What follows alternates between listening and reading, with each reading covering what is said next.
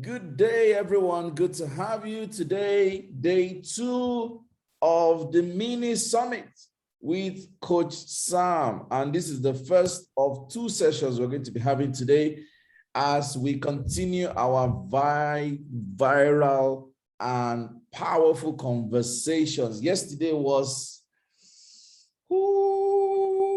hot. Yesterday was plenty hot. We had it back to back. It was such a day. I loved every moment of yesterday. Every session had a twist, plot twist, I tell you. And it's been a fantastic experience. I'm so glad, I'm proud that we have hosted this event so far. Ladies and gentlemen, welcome to day 2 of our session.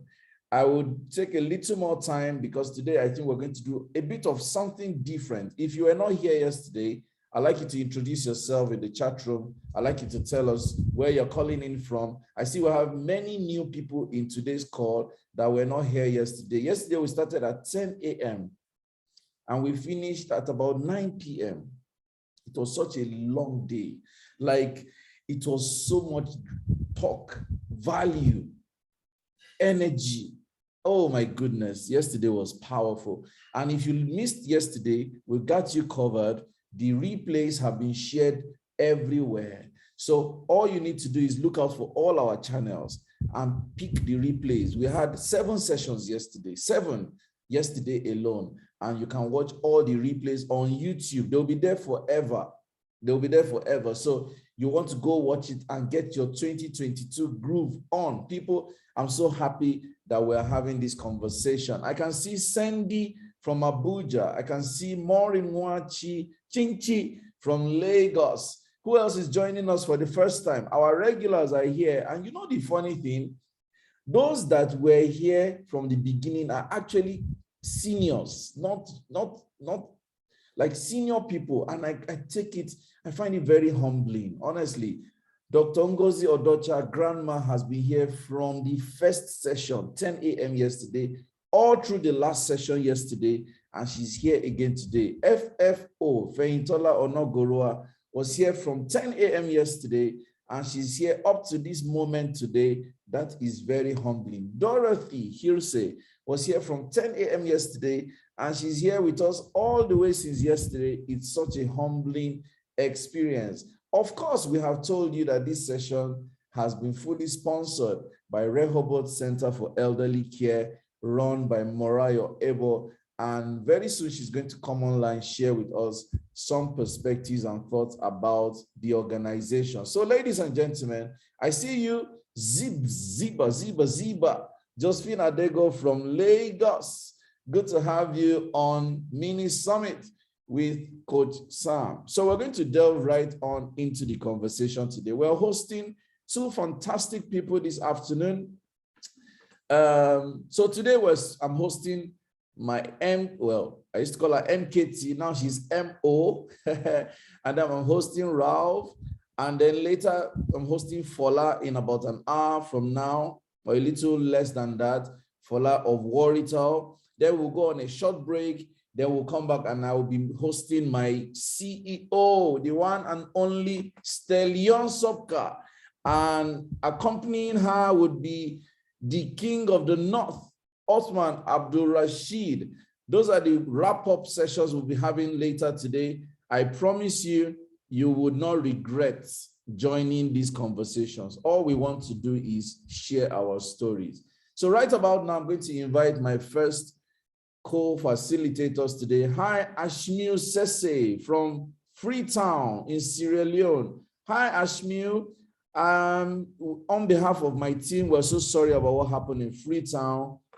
Sorry about the massive incidents that happened in your town. Our condolences to the families that lost their loved ones, and we wish you all a safe period. I can see many foreign guys joining this call. I'm sure that's Ralph's network popping up because their man is going to be speaking this afternoon, so they are beginning to show up. That's good. So let's go live, people. Molabo and Ralph are going to join me simultaneously, just like we had the conversation last night with Kizito and Milton Tutu. So I'm going to invite Ralph and Molabo on video right now so we can roll. Let's go, let's go, let's go, let's go. Hey, good afternoon, Coach. Yes, so good to have Good afternoon, everyone. Thank you. Good afternoon, sir. MO. Sir, good afternoon, sir. Good afternoon. It's going to take a while for me to get used to MO. You don't have to. You don't have to. After using MKT for 7 years plus, 8 years now. It's like secondary school, actually. Even I start filling forms with Kola, and I'm like, hold up. And then I change it, and so my papa will say my name, then he'll say Mrs. Oretade, then he'll put.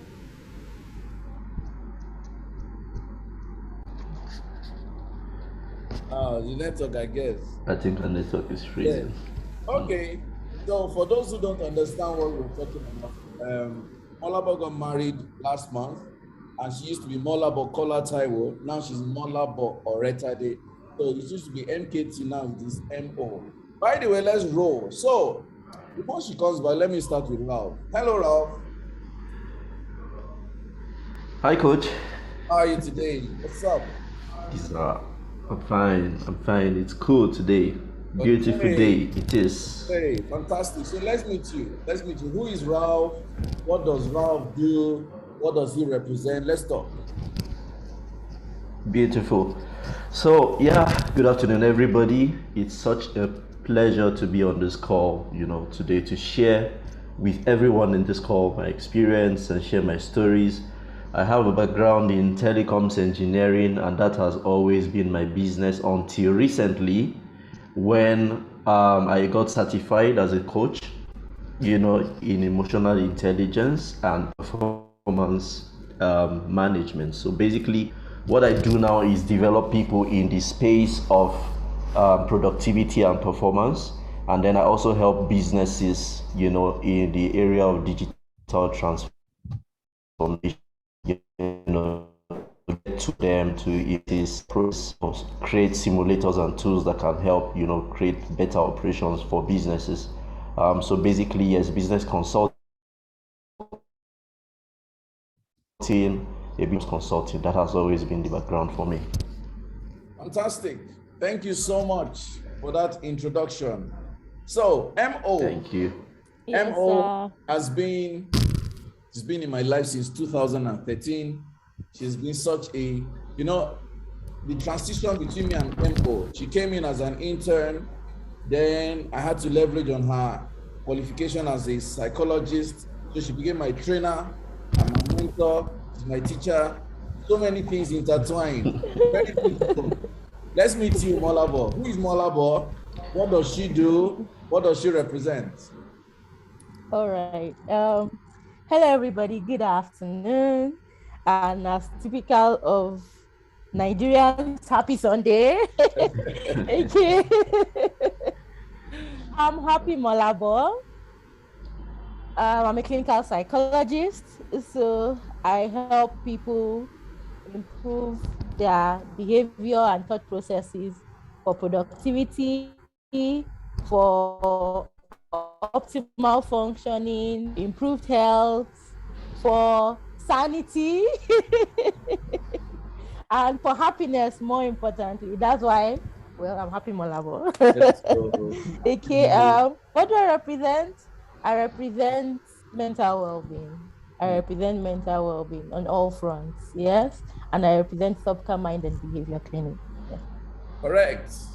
Correct. So ladies and gentlemen, these are our co-speakers this afternoon. Let me start with Ralph. You have done business in many countries. You have done business for many years.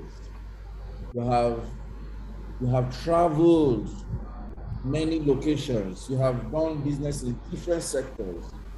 If you were to give your business journey, your journey so far, if you were to give it a name, what would be 3 things you will call your business, your experiences so far, your journey? What would be the 3 things you will call it? What are 3 things that represent your journey so far?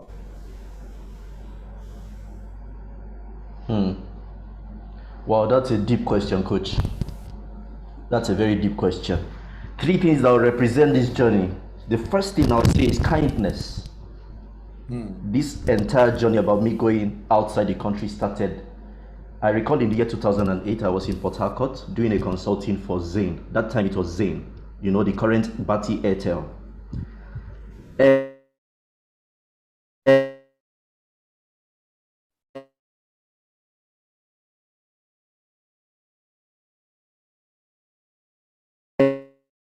In 3G, when 3G just came into the country.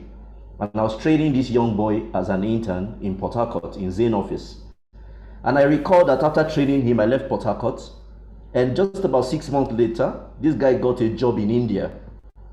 Apparently, he left the country before me. He got an opportunity and left. And was even calling me from India to provide some support for him. You know what happened? 2014, December 28th. I remember that day clearly in my mind when I got a call from UK asking me to go to Cote d'Ivoire to support a project for Ericsson. This guy that I trained way back 2008 in Port Harcourt as an intern gave a recommendation, and without an interview, without any check, without any interview, with nothing, I was called and told, I was sending you a flight ticket, can you move the next day? I said, no, give me a week. And then next week, and I was there, and that was the journey of hopping from one country to the other. One simple act of kindness to one intern who I wasn't expecting to pay me for anything. I think some of the challenges sometimes for people, a lot of us, is the fact that we expect to reap, from the place where we sow. And life doesn't always work like that, That was the beginning. So I'll say kindness, number one. Secondly, the next word that can relate or associate with my business is risk. I don't know where I got risk quotient from. I mean, my risk appetite is crazy. Every country I went into to do is a brief consulting business, I registered a company there. So I went to Equatorial Guinea. I did a just 2 months intervention for Orange Telecoms, and I registered a company. I went to Sierra Leone. I did a brief intervention. I registered a company. I went to Mali. I did a brief intervention for Orange Telecoms, and I registered a company. Everywhere I went to, I told myself, I need to milk this place, and the only way to do it is set up an entity that can raise quotations and hit it big. I can't do it. I can't hit so much as a singular or as an individual consultant. Right? So that's the second thing that resonates for me. The third thing that resonates for me in my business is replication. It is a philosophy for me that everywhere I go to, I replicate myself. That's how I started my journey in telecoms. I started with a small training company in Bode Thomas, Lagos. And then we started training guys. Before we know, people were calling us. Those guys are training, please, we need some of them. And then we started leasing out guys. Before we knew it, they were telling us, your guys are good. We said, okay. Then we set up an academy. So we went to Cote d'Ivoire, started the same thing. Went to Mali, started the same thing. And we were grooming people. And everybody that joined me on this journey of creating what we created, whenever I moved any guys out of Nigeria, I tell them one thing: you are obliged to replicate yourself wherever we post you to. And everybody that went out, through the Python Consulting, had to replicate themselves on other people. So I think these are 3 major things that represent my entire journey so far. Wow, powerful, correct. MO. What would you call your journey so far, your professional journey? What 3 things represent your professional journey so far? Okay. I have to start with grace, because to not appreciate grace is to take things for granted. I'm not the first person who wanted to study psychology, but okay, let's give a little background to my story. I just knew I wanted to help people. When for us in Nigeria, your career path starts getting determined from junior secondary when you're crossing to SS1. Yes. When they decide if you're going into science, arts, or commercial. And then, yes. And so I remember speaking with my dad about it, and he said, you can go to arts or you can go to sciences. But I tell you, if you go to sciences, you have more options because you can cross into arts from there. I'm like, okay, more options sounds good to me. So I went into sciences. And then as I prepared to graduate, I started thinking, what do I really want to do? What do I want to apply for in the university? And then I spoke to my mom, and then when we talked about helping people, I said particularly children, we concluded on pediatrics. But by the time my admission for medicine was being pursued, different things happened along the way. And by the time my father would find out the politics behind it, I had found I didn't want to do medicine anymore. I wanted to do psychology. But he had paid such a high price, not financially, but by um, pulling in favors that he had to secure my admission for that session, because I had qualified from the beginning, but they had been playing politics in my name because there was nobody representing me in the office there, you know. So by the time he will find out what was going on and everything, he now told me, take these biological sciences they're offering. And after your first year, you go and start again in medicine if you don't mind. I said, no problem. But I knew then that I would go and start again in psychology. It was not yet time to tell him then. So as time will go on, I would leave that and go into psychology. And that was the beginning for me. And so I came into psychology for my first degree. And then by the time I was in 300 level, I had decided what I wanted to do for my master's. I had chosen my specialization for master's. And that does not happen for many people. In 300 level, many of my classmates were still enjoying the student life and lack of responsibility in quotes and all of that. But I was already thinking, okay, how do I get my master's? Because I had learned that without my master's, my degree was not yet where it needs to be, you know? So with all of that, nobody was, no, I can't say one person was telling me this is the next step to take. That's why I say grace, because I know I'm not the first person that wanted to study a particular course and found it, in quotes, easy to just go into that part from the beginning. Especially Nigerian families. Exactly. You know, I lost only about 3 academic years, if you think about it. Yeah, by the time I went and started doing psychology, I lost only 3 academic years. And if not for my parents' support, yes, I remember my mom brought home someone to talk to my younger sister who was in SS3 then. And then because she hadn't figured out what she wanted to study. And then the man didn't pay so much attention to me because I was not his focus. But he told me, I was there, and then he told me, when I told him, I think I'm interested in psychology, but it's not even in my school, so I can transfer. He said, why don't you look at the a JAM brochure, find out what other schools require for psychology, and then make sure you get that first. And that was the only thing that he said to me. God bless my mom for bringing that career counselor home. And that was it. That was how I started. I went and found my old brochure. I traced what they needed. I found it was government. They needed government then. I don't know why they did, but they needed government then. And so technology, wow. I took my pocket money that was sent to me and went and bought the GCE form. Wow. And then the thing with my father is, once you put your money somewhere, once you're interested in something, you put your money in it. Once you put your own money in it, he knows you're serious. That was the only money I spent. That was the only money, like Molabo's money, that I spent in that career switch. By the time they would buy JAM form for my sister, they bought my JAM form. They bought private university form for me. They bought for her, they bought for me too. And that was how my journey into psychology started. So it's nothing but grace. Even when I wanted to do my master's, everyone who has been a postgraduate student knows that it's not the same studentship in undergraduate and postgraduates. In undergraduate, you're somebody's responsibility. In postgraduate, well, you'll be shocked. You are your responsibility. And so it was just grace that brought me. And then, should I bring it to volunteering and meeting you? Okay, so we said grace, first of all. So secondly, focus. See, you see the consistency. I've always been a one thing at a time. I know myself, and I've always done that. I do better when I'm doing one thing at a time. So I've always put all my focus, all my energies into psychology.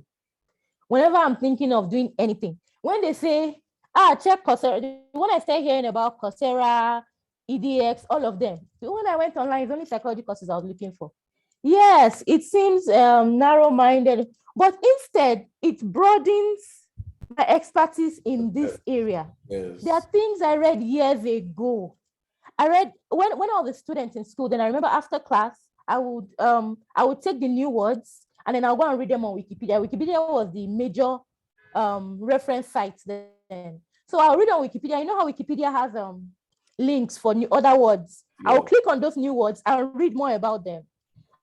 And so my skill set, whenever I'm trying to gain new information, I'm trying to connect it to psychology, behavior. I'm trying to see how it affects behavior and all of that. So for me, that focus and then the consistency of efforts in this direction has come a long way. Yeah. And then thirdly, know yourself. Know yourself, because maybe because I've always been hypersensitive, I've been taught to pay attention to myself. Yeah. So I understand when something is working for me and when something is not feeling right. When it's just feeling like, and then if something is not working, perspective matters a lot for me. Yeah. And if I'm looking at something, I don't like what I'm seeing, I tell myself, change your perspective. I don't like what I hate. I don't like what I hate. Once I don't like what I'm seeing, I try to change my perspective. Wow. And sometimes changing your perspective is it's not about letting go of this. It doesn't mean you pull the curtain and ignore the sight. It means you shift what you're looking at. You shift where you're looking at it from. Yeah. And sometimes I have to admit that there are times when my mind is not ready to look at that thing in a different way. So I leave it. I go and come back. Until I realize, until I am aware that, okay, my mind is now ready to look at other angles. Then I present other angles to myself and then adopt a new angle. That's perspective. Because the truth is, everything, as far as I'm concerned, everything in life is dependent on your perspective. Yeah. Everything. Yeah. Everything. Wow. So those are the three major things. Thank you, sir. Thank you so much. Awesome, Emo. Thank you, sir. So let me continue with Molabo, then I'll come to Ralph. Thank you, sir. Now we have heard your journey, what represents. I'd like you to now share what are the top 3 challenges you have faced to date. What would you say are the top 3 of all the challenges you faced? What are the top 3 challenges you have faced? Okay, top 3. The first one, the very, very first one, is disapproval from stakeholders.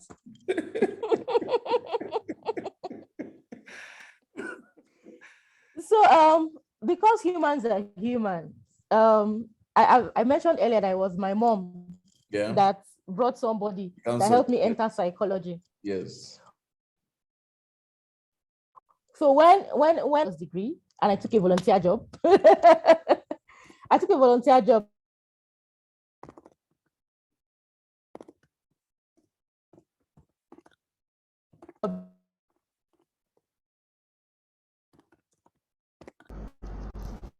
Is it just on my side? I think she's breaking. Should. Let's give her a few seconds. Okay.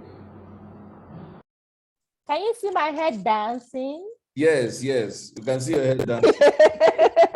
You may continue. Okay, sorry about the network interruption. It's fine. So when I took my first job, my first job in the field, it was a volunteer job, but I understood that it was a job in what I wanted to do. It was a job in my area of passion, my area of interest, but she didn't understand that at the time, and she felt that I wasn't supposed to be working for free, in quotes. Yeah, so I didn't have that support at the time. But thankfully, when you don't have support from one side, you get support from other people. Yeah. And so I was sure. You know what I said about I've always been aware of myself. Yes. When something works for me, it works for me. Yes. So I was sure. So I kept at it. Yeah. Even though some people around me didn't believe in it and all. I remember I think a year or 2 ago, when I told someone I was now working with Subcar, and then I mentioned, I didn't say Subcar. I think I mentioned my boss's name.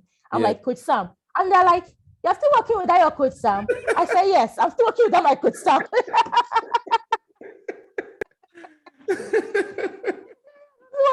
With that, my Coach. No, sir, I remember now. Someone saw our flyer Someone saw our flyer. And I said, you're still working with this, your coach Sam? I said, yes, I'm still working with this, my coach Sam. So then I didn't have support from one side, but I had people who knew they'd work. They could see that I was passionate about what I'm doing. So I had support from that side. So one of the challenges I had was that. And then after that, when I was going for my master's, my mom didn't think I was supposed to be going for master's then. Even though she later, when she now came to understand that in my field, without your master's, you can't practice in any specialization. Yes. When she understood that, she led back. But initially, she didn't agree with it.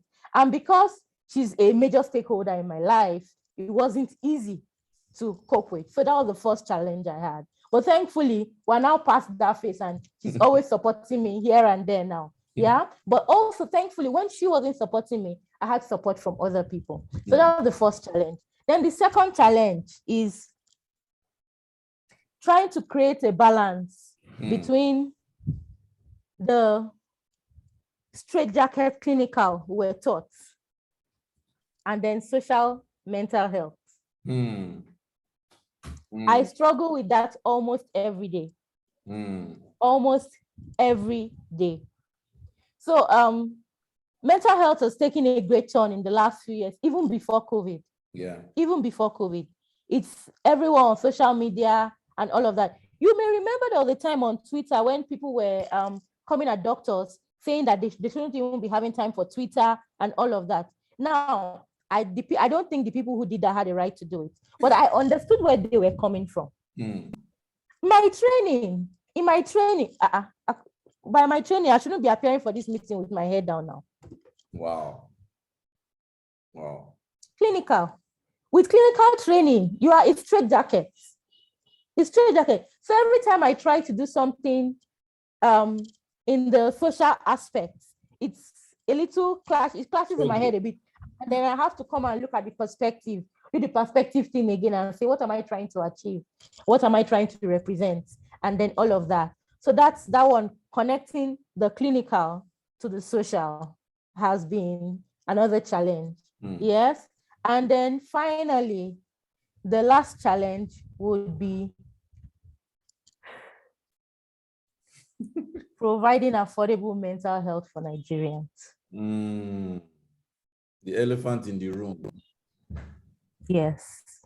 Providing affordable mental health for Nigerians. It's a big problem. And in spite of the fact that our health insurance plans, most health insurance plans actually have it mentioned there that they will cover psychotherapy to at least 3 sessions, but people are not aware of it. The HMOs themselves won't approve it, even though it's in their plan.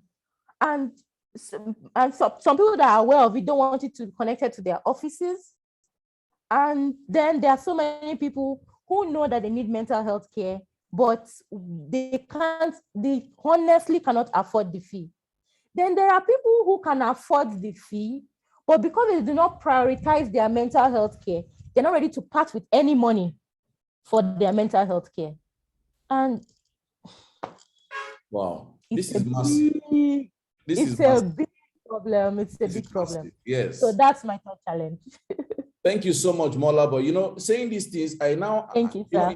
You are saying some things that makes me appreciate the journey we have come, because I recall several times, I remember the incidents of your masters and how it was negotiation.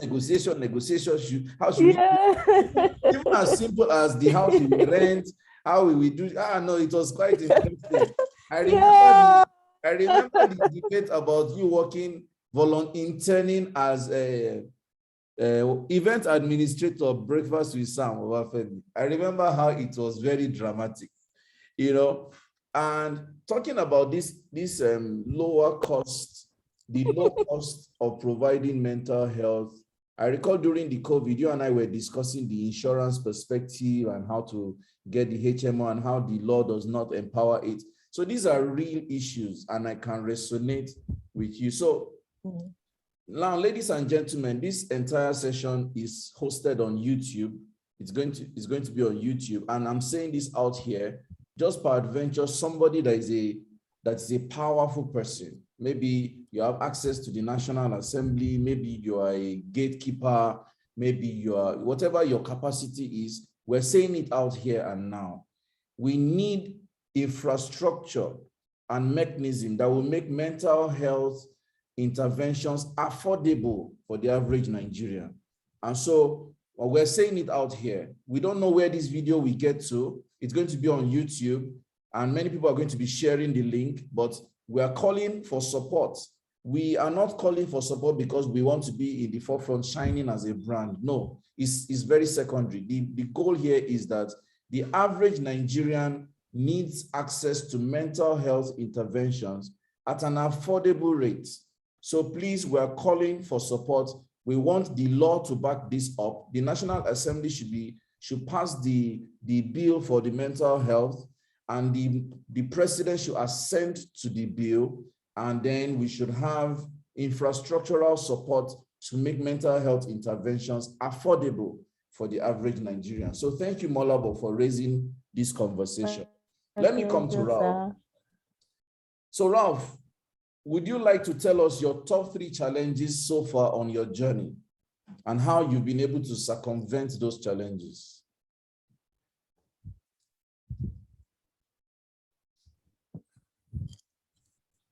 You are muted in case you are speaking. Your video is frozen.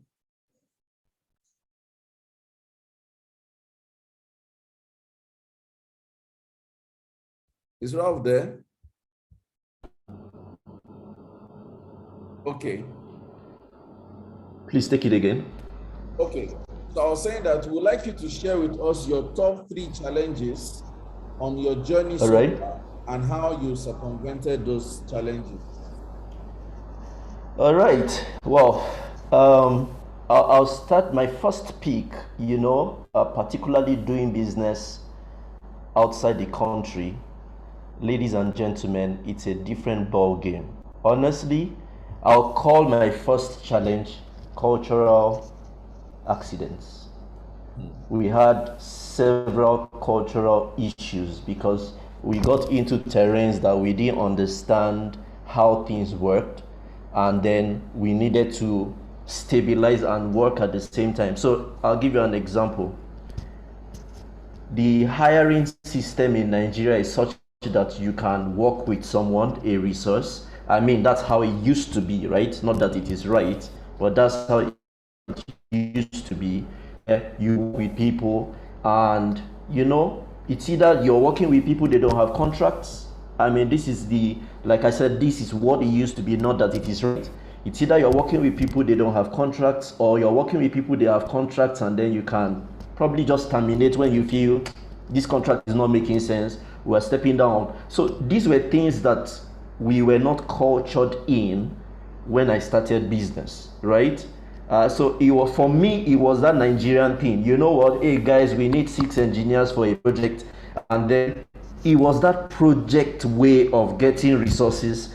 Those 6 guys, are they in? Please give them letters. They are starting a project in 3 months time with it and every home. But every coast is not like that. Mali is not like that.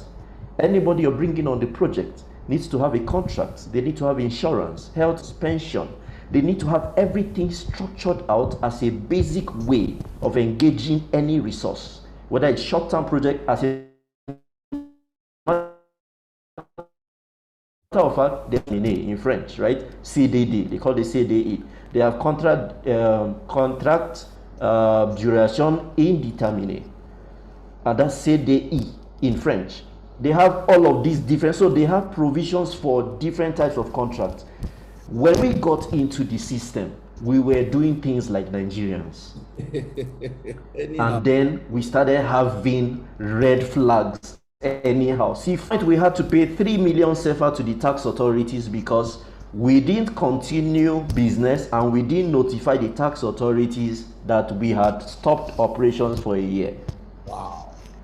Initial challenges were, at a point, it got to a point where we started thinking, should we register another company now that we are more aware?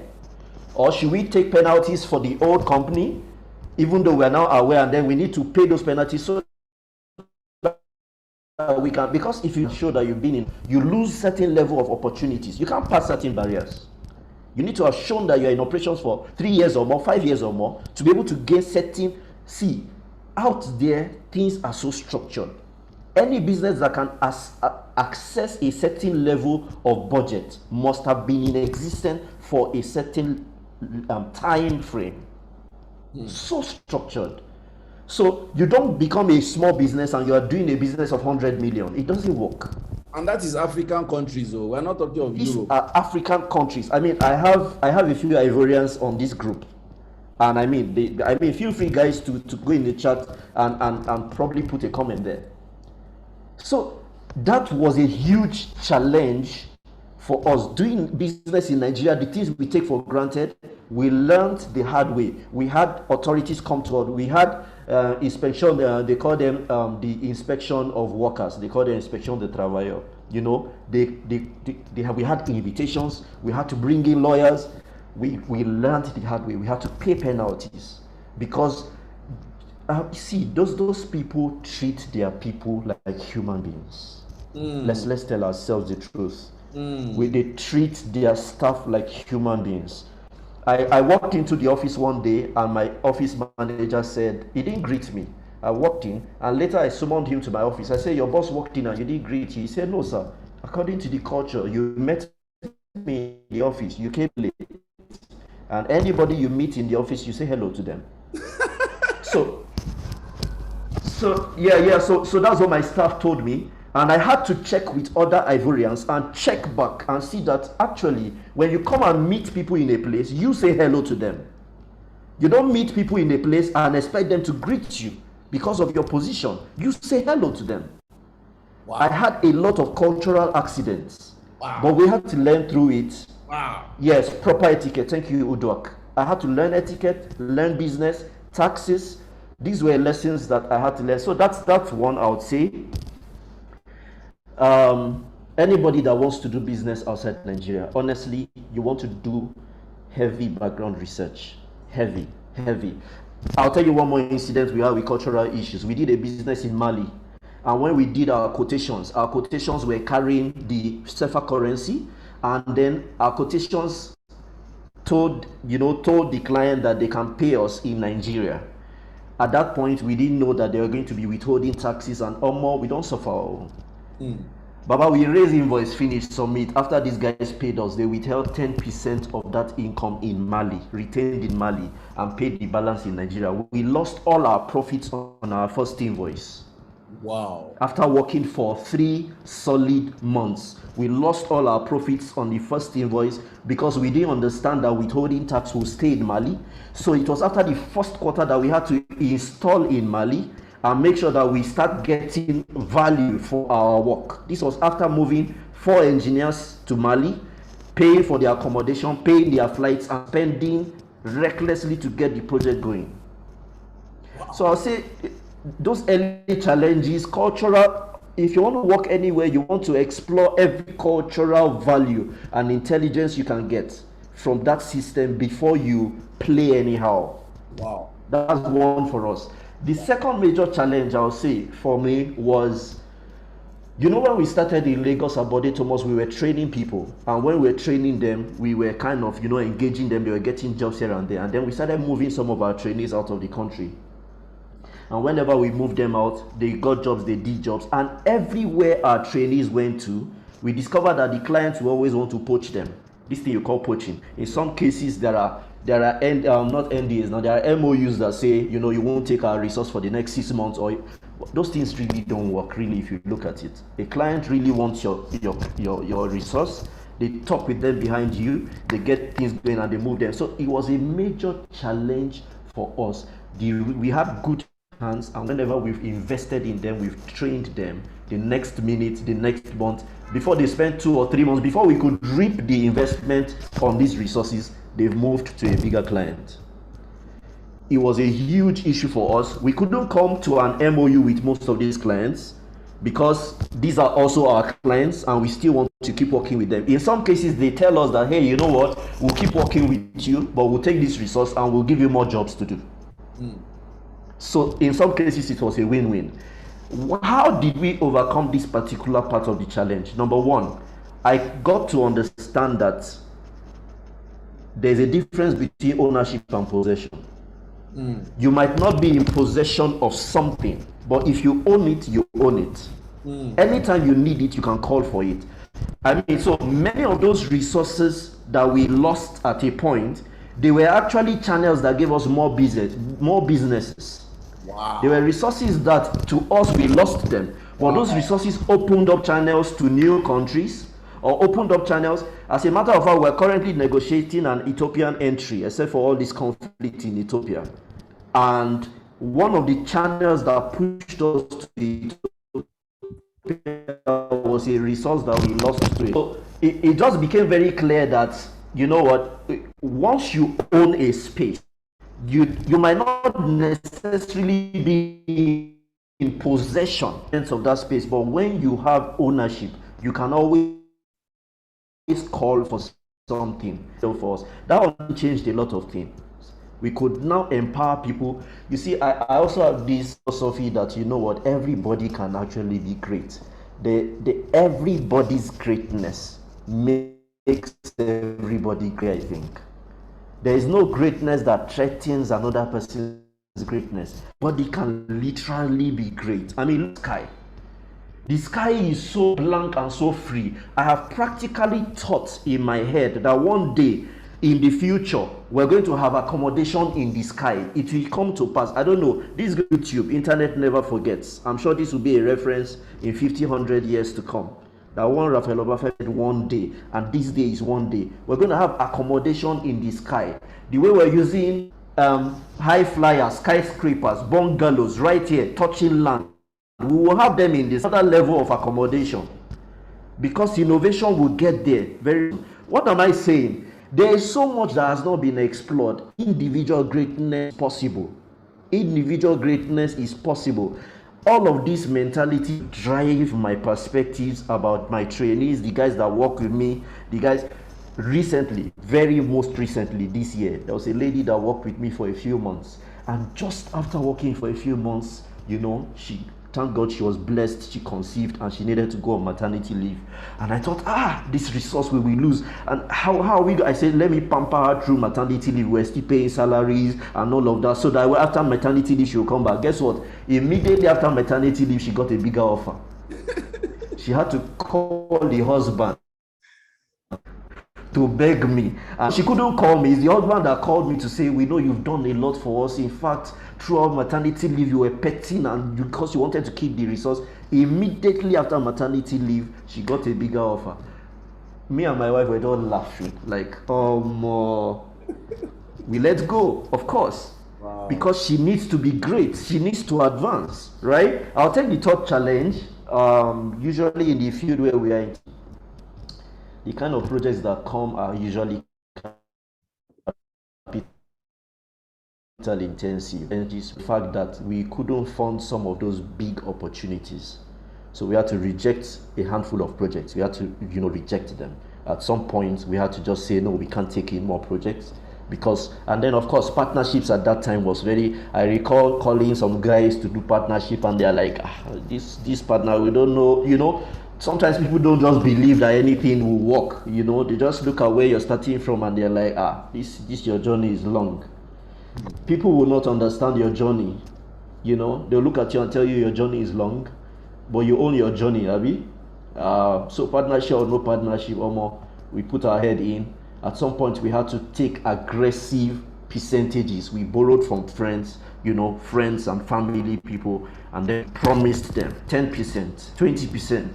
My wife was my financial counselor then, and she has always been till now. She'll tell us, this one cannot work, this one will break your back, we'll negotiate 5%, 10%, aggressive rates, because you need money instantly to deploy, and the banks will not give you that. So we had to rely on that.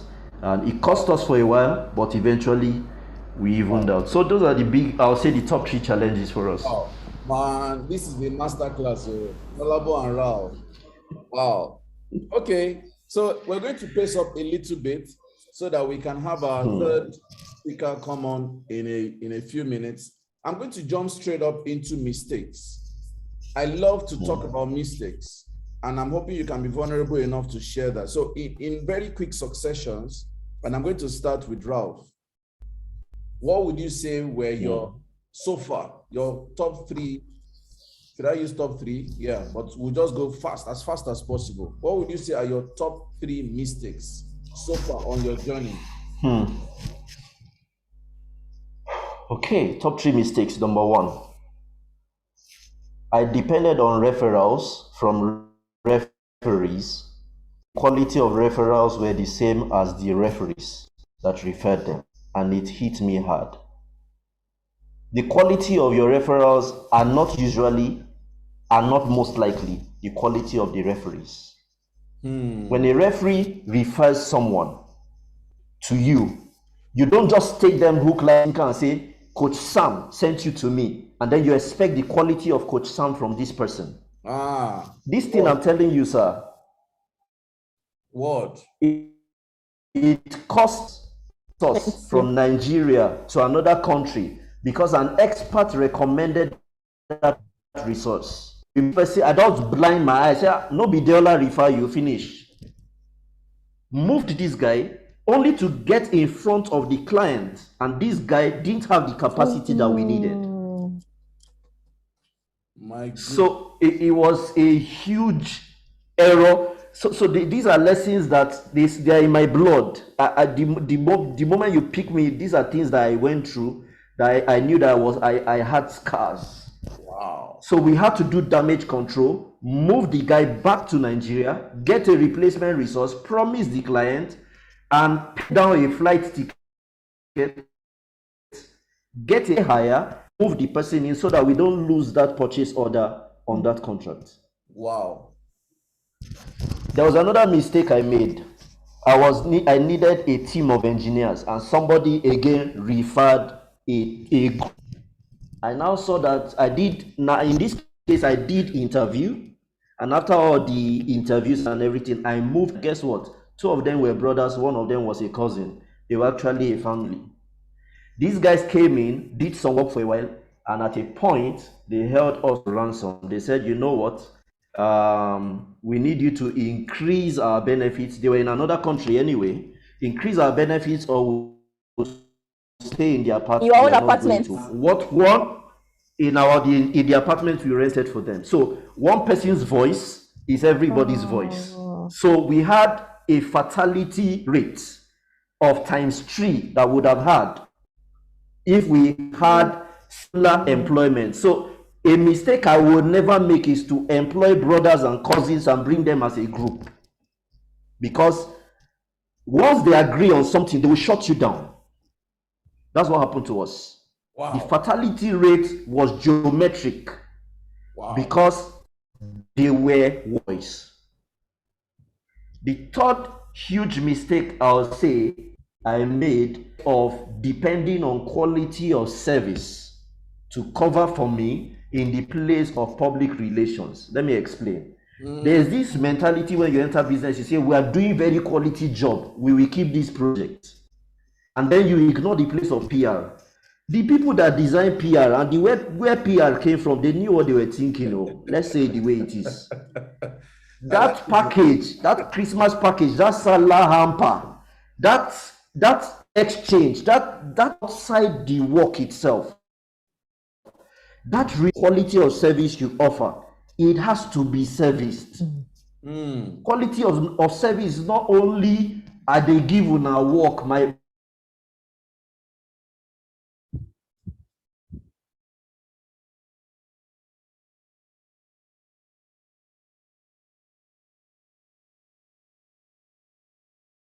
I look forward to servicing the relationship outside the quality of service that we deliver.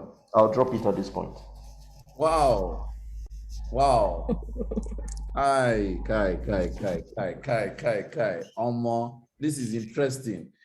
There's a question for Ralph before Molabo tells us about her mistakes. There's a question that is asking, would you employ family members? Would you employ family members, sir? Family members, yes, like cousin or aunt, if you want to employ them, if you would. Already answered that question technically. I've answered that question, but if you ask me what I'll do differently, number one, they will not be together. If you're employing any family member, it should be one person, not a team, not a group, from my experience. Number two, their paperwork, contracts, MOU, sign every document possible. Anybody that, see, even artisans we bring on Digibox today for a 2-week engagement, we send them an MOU, scope of work, deliverables, timeline, fees, payment schedule. We narrate everything in an MOU, even for a 2-week engagement, right? So if you bring in a family, paperwork, that's what I'll say. Correct. In fact, for me, I would rather err on the side of not hiring people that have family ties than hire and start having to speak about me. So, no, it's not like that. No, it's like that, all that. I would rather err on that side of caution, you know, even though I also agree that where they work on non-contiguous projects or non-contiguous teams, I think that also works, because if, for instance, like I have BSG, I have Subca, 2 parallel companies. So it's possible for me to hire family members in 2 different companies because they may be doing 2 different roles anyway. So I think the context matters. But like I said, I would rather err on the side of caution than hire them and start speaking English, because Nigerians and ethics, it be like say that they fight. So let's not even go there at all. So, MO, tell us your mistake. Yes, sir. Your mistake. This one is a little difficult for me because I'm a no regrets person. So even when I make what other people would term mistakes, I just zoom in on the benefits of that. And you know, you said something yesterday about decisions we made are predestined. They are pre-wired. So, and maybe because of the confidence I have in grace and some things I understand, I rarely see anything as a mistake. Correct. I rarely see anything as a mistake. So if would say anything, I know, well, based on the 1 or 2 negative experiences I've had, I'd say this same contract thing that Coach Ralph just referred to, I don't do anything without a contract. I don't, because there's no how. When any time things are not well defined, and you know, the thing with people is they want to tell you, let me come to your office first. Let me come to your office first. I'm like, let me give you an idea of what needs to be done before you come to my office. Yes. Just it's not just about you coming to me. Or sometimes people call and they say, I want to see you. I'm like, okay, what do you want to see me for? So that we know how we define it. You understand? If not, some they'll just insist and come, and then before you know it, you're having a session with someone, you haven't signed any contracts, you don't have, and this contract is not because of the payment, it's just because the relationship just developed scale leg within 1 to 2 sessions, and you're like, how did I get here? How did I get involved? Or someone tells you, I want you to speak, I want you to come and talk about mental health. I'm like, okay, what about it? Who are the people I'm seeing? So anytime I don't, even if the contract is not but like a paper contract, even if it's an informal contract where we define what you want from me and what I need to deliver. An MOU, like Coach Ralph called it, it needs to be defined. Whenever there is a business interaction, let's not be sentimental about it. Let's be formal about it. Because whenever we're sentimental about it, oh my God, bonds, clouds. Yes, so yeah, so that's my regret. Thank you, my darling. One of my family members, I'm trying to, she's a lawyer. I'm trying to read where she wrote it. Ife Oluwashino has said, please, let's not call it MOU, let's call it contracts. You know, so that, because MOU really is memorandum of understanding. You will do this, you will do this. This is what we agreed to do. Contract means that this is the terms of the things you are hired to do. So I guess from the legal perspective, she's advising we should use the term contract. We're clarifying this because this video is going on YouTube. You guys on YouTube will not see these chats that we're having here. So I'm taking the pain to say these things so that those that will watch this video on YouTube would also follow based on the things that are in the chat room. So fantastic. I have 2 more questions to ask Molabo and Ralph, but I'll invite Morayo right now as our sponsor for the mini summit to come and share in the next 3 minutes everything about, or as much as she can, about Rehoboth Center for Elderly Care, because they have been generous to sponsor this event, and we've been running autopilot since yesterday, you know, hosting our speakers and hosting this session. It's such an auspicious opportunity. So Mariah, are you close by? Fantastic. Good afternoon. Yeah. Good afternoon, sir. Good Welcome. afternoon. Happy Molabo. Yes, good afternoon. Good afternoon. Coach Ralph. Good afternoon, everyone. Good afternoon. So nice to have every one of us here again today. Correct. It is really a privilege and honor to host this event. And for us at Rehoboth Center for Elderly Care, we consider it a privilege. You know, we have really been loaded with lots of stuff since yesterday. A lot of people have benefited so much from it. And in fact, Coach Sam, you didn't answer my question of yesterday, and I hope you will do that today. All right, so let's quickly get to know what Rehoboth Center for Elderly Care is all about. I hope you can hear me. Please, if you're hearing me. Yes, we can hear now. All right, so, okay, thank you. So, Rehoboth Center for Elderly Care, just as the name implies, we care for the elderly. We provide healthy lifestyle awarenesses, you know, empathetic care, emotional and behavioral, what do we call it now? Behavioral support, call services, and follow-up. And I think that every one of us on this call should get our parent enlisted. Even if you don't have a parent, you must have one elderly person or the other very close to you that would definitely need healthcare services. Because I can tell you, you know, as you get older, you know, so many things comes to play. You know, everything can't be as perfect as it was from the beginning as a child. Even the children still need care, but whilst you grow older, you know, you can, I can see our site is coming up there.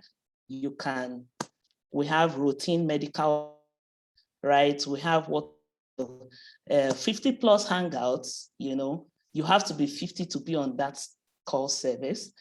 Then we have our town hall services, all right, sections where we would host different professionals that will come from different fields, you know, talk to us about the health. And this is, you know, strictly to the elderly, you know. Again, we have trainings and workshops. We also have the private visitations where we do one-on-one visits to these enlisted elders, right? Your parents need to be enlisted for us to be able to visit them. Then we also have the Give Back Project. The Give Back Project is very, very important. Yesterday, Milton and Kizito talked about mentoring, right? And so the Give Back is having those who are elderly, mentoring the younger ones, all right, so that we can have a better generations coming up. Then we have the nutrition. Now, the nutrition here, we call it the eat and stay alive. You know, as you get older, your system begins to reduce in activities. In this service here, we have, we prepare guided meal plans, right, for the elderly, smart food choices, have the old friends alive, okay? Here we connect people with people, and by people with people here, I'm referring to the elderly. You know, they begin to get as they age, and so we connect them with family members, we connect them with their old friends. And so I would want us to please, you know, join us in this campaign that we're doing. You would agree with me that healthcare services for the elderly in Nigeria is still lagging behind, right? It will really be unfair to have aging parents of ours neglected, They go to the hospital, they stay in long queues and the rest of things. And so having us partner with you or having us taking care of your elderly would reduce all those stress for them. So you can enlist your parents, you can enlist your elderly ones, you can tell a friend, you can volunteer with us. On our volunteer role, we have different fields to which you can provide services for us, right? We have needs for doctors, we have needs for nurses, we have needs, even engineers. You will be so shocked that electrical services in the house, imagine you having your parents all alone in the house and such. Right? So we have needs for professionals, non-professionals, financial contributors, right? We have need for coaches. Some of them have a lot of emotional instabilities. So we have needs for coaches, we have needs for therapists, So just look at a way in which you can just give back. I like what Molabo said earlier, the place of volunteering, right? This is a life for some of us. We are just sold out to volunteer. So you too can also serve someone. The more people you serve, the more you will be served. Thank you very much, Coach Sam and Sopka for hosting us. Thank you very much. Thank you. Rehoboth Center for Elderly Care. What you're doing is heavenly. And ladies and gentlemen, no matter how you look at this thing, this is a worthy cause, because everybody somewhere, we are all praying to grow old in good health, with good money, with a good sense of state of mind, with our loved ones around us. It's a good prayer. Everybody aspires to grow, to age gracefully. So I think one way to covet and attract that kind of experience is to also help those that God has helped to age, so that they can be graceful in their aging, and then you can tap into that blessing and say, God, say I do this thing, make it remember me for your kingdom. God has a kingdom that he should remember you in. So I beg of you, please make sure that you key into this vision. You may not have money to give, but you have families and friends that you can tell, who may, through you, because they trust you and your judgment, they will contribute money and donate. You may not have money to give, but you may have that 1 hour, that 30 minutes, that 15 minutes to place a call to visit an elderly person in your own location if they are on the database of RCEC. So we do not take this for granted at all. We do not take this for granted at all. Thank you so much, RCEC and Nurse Morayo, for your talk. So let me switch now back to my co-facilitators and let's roll. So let me ask my next question, and I'm going to start with Molabo. If you were to start all over again, what would you do differently? Straight up. I'll start with psychology straight up. You start with psychology straight up. Straight up. Wow. I told you I lost 3 academic years when I abandoned my initial degree, and I will start with psychology straight up. That's all. There's nothing. But there are some things I learned during that time, but I will still learn them along the way. These things are predestined. Yeah. So. Fantastic, fantastic, fantastic. Thank you so much. Thanks. And Ralph, what would you do differently? So that question got me racking my brain. Really differently, maybe partnerships. Even though I've had 2 failed partnerships already, and that's another lesson in my bucket. Quite a number of lessons everywhere, I would approach partnership. See the way Mo is looking at me like, you pity this guy.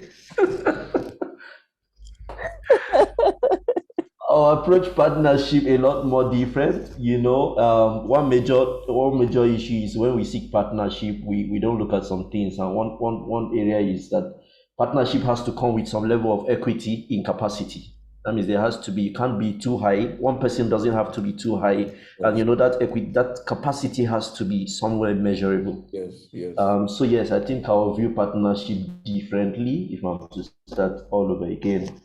That's going to be a one major way for me. And then of course, yeah, I think that's it. Partnership. Okay. Fantastic. Yeah. Fantastic. Now my last questions. Before I ask my last questions, ladies and gentlemen, peradventure you have a question for Raul and or Molabo, please post it in the chat room immediately, because after they've answered my next question, I could read out your questions. They can answer your questions. And then because I need to bring up Fola in the next few minutes. So please ask your questions in the chat room and I'll read them out to the respective person you're posting it to. If you want both of them to answer, let your question indicate that it's for both of them, please. Thank you.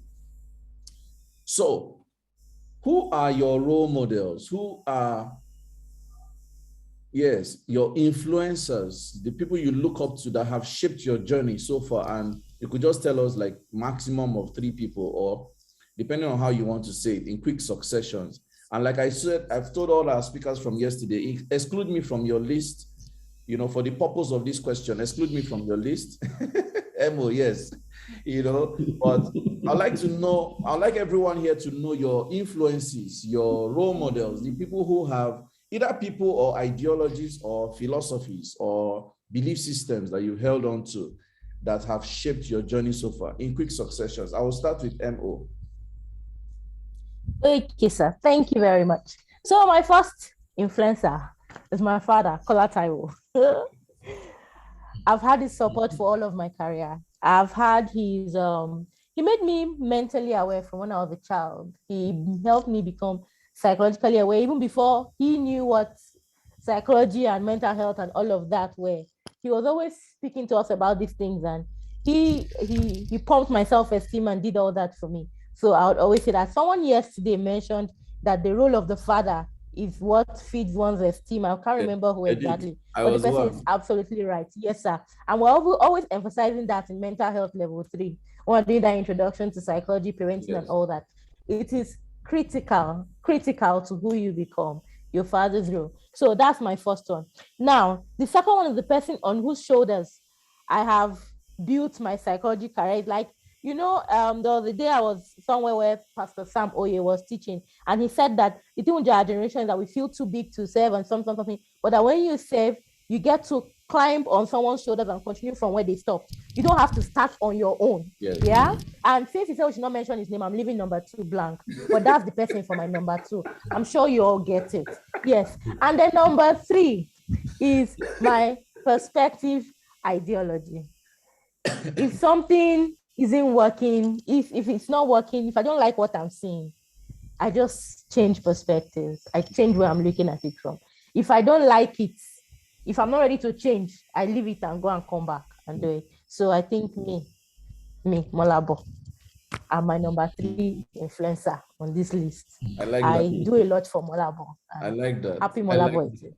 Correct. That was a very profound one. I think throughout this call, it seems you're the only person who has said you are your own influencer, if I'm not mistaken. And I like that. So thank you, Coach. So I'm not going to say thank you, Mo. That's a line for me, and I quickly want to even pick it up from there. I mean, I would say my own influencer. I'll say I thrive on intrinsic motivation. There's something within that tells me that there's nothing impossible.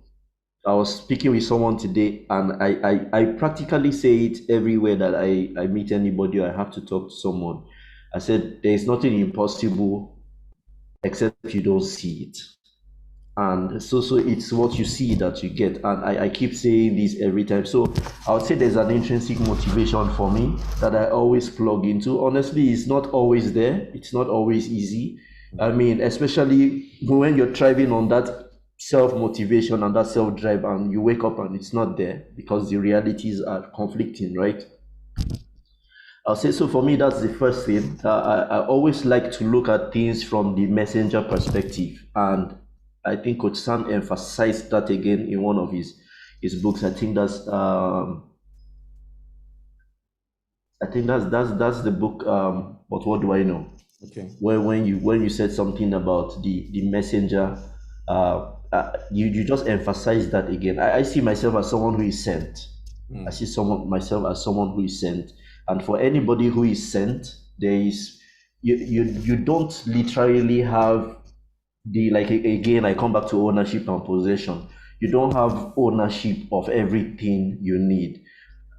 I mean, you don't have possession rather of everything you need at every instant, but you are the owner. So fundamentally, anytime you need something, you can call for it. Yes. So someone who is sent is not necessarily bothered about any. I mean, you're sent, so whatever is needed for your assignment comes to you. That's a philosophy that drives me. And if whatever I need and I've pressed and I've pushed and is not coming, then I don't practically need it at that time for the assignment, because when I need it, it will show up. Sure. So this is what drives me. I owe a lot of motivation, secondly, to Paulo Coelho, the writer of The Alchemist.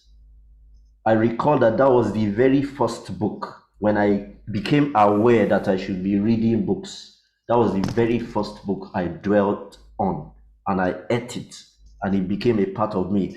I could practically see the young boy taking decisions, getting into the market, the talismanic market, and moving through the clouds to the desert, and I could see literally how things were falling in place for him. And the things that he saw as coincidences were actually, what do we call it now? Signals, or these were elements that were connecting at the end. So that story is a driver for me. It tells me that every part of my journey, and again, I want to also again disclaim the fact that it is not human energy, it's not self-potential. There's a grace that backs it, because like I said, you can actually wake up and you are out of energy, you're flat. I mean, you will all agree with me. You wake up, you're flat. You're lost as to your destination. You're even wondering, how did I get here? And from the exterior, it looks like, man, this guy is out there, man, or more like, wow. There's a lot of wow, like ambulance everywhere around you. But inside you are flat. You're just flat. You can't get yourself. So honestly, it's grace that drives one through this process. That story is one that stuck with me and stays with me, and that's where I get a lot of energy. You say excluding, I don't know how you will exclude somebody from your story. I don't know how to do that. So living testimony, and I get embarrassed everywhere when people say, you sound like Coach Sam, you look like, you sound everything. I say, is the food that the lion is eating that you eat, that you become like the lion. And yes, so Coach Sam, thanks to you for the leadership. So I look at you and I tell myself, there's somebody in front of you, he has done it. You can't fail, right? I look at you and I see somebody who is walking success. And then I tell myself, man, I can't be different. It's the same blood that is in our vein. Honestly, it's where I find energy sometimes when I'm calculating there are some things Coach Sam will tell me, ladies and gentlemen. Sometimes he gives me he'll just throw a line and say, you are smart. I'll be like, if Coach Sam tells you are smart, then you are smart. Like, okay, if Coach Sam just gives you a validation, go and sleep. Like, if one dull person is telling you are smart, you say, I'm smart now before uncle. But somebody like Coach Sam tells you, man, he gives you a validation, I hold on to it. And honestly, sometimes I get myself in that position where I'm taking a line from what Coach Sam had said about my capacity, my strength, my energy, my doggedness and everything. And that's what I hold. I tell myself that if Coach Sam said this, then there's substance on this thing. So, wow. Thank you so much, guys. I should also mention that the very first time I heard of the book, The Alchemist, it was Ralph. I remember 2010, Ralph just said, there's this book you need to read. Which book? He now brought it to my house. I remember where I was in Ilasamaja in Lagos. He brought the book. It looked like a novel to me. I was wondering, why should I be reading a novel? He said, you need this book. This book is very powerful. This book is very this one. I said, okay. When I read the book, hey, Jesus. So yes, it's also been my best ever book. Everybody around me knows that when I'm calling the list of books that I still hold on to as my call it ginger, call it inspiration, call it trigger, call it whatever, The Alchemist it is. So I can resonate with your experience of the book, and I really want to thank the two of you. Now I have some questions in the chat room. I have to read them very quickly, and then I would like you to answer them also very quickly. Ralph, Mr. Nee, calling in from the UK, is asking, how have you managed to bounce back from failed partnerships and people not fulfilling their end of the contracts or expectation? Thank you. So straight to the point. All right. Bouncing back from failed partnership, for me, number one, walk away. Count your losses. If you try to do, honestly, there's a lot of overhead that comes with legal processes, the financial part, the psychological part, the caution part. So when you get enmeshed in failed partnerships, you lost beyond the financial loss and the legal and all of that timing. You lost a lot of trust factor and your capacity to take risk, because you begin to suspect every other possible engagement where potential good can come out from. So when you get enmeshed, it holds you back. I mean, those of us in the emotional and psychological space will agree. The moment all those emotional things, this trust factor that you can't replicate or you find difficult to replicate in relationships, that's how it plays in business. You suddenly begin to lose, and partnerships are not there. It's not a blanket thing. One failed partnership is not likely to be the same elsewhere. So for me, count your losses where you can really and move on. That's bounce a bit, bounce. That's the way to bounce back faster. If you ask me, if you have that capacity, count your losses and move on. Thank you. And that's what worked for me anyway. I didn't really have to fight in so many cases. Thank you very much. I will tie your answer to the next question, and I want you to start first, because Princess Udua, who is calling in from Dubai, is saying, first of all, she says, thanks to both coaches for sharing your lessons in business. Now, question for both of you, and I'll start with Ralph. I would like you to tie this question to your answer. You know, you said that you will count your cost and move on.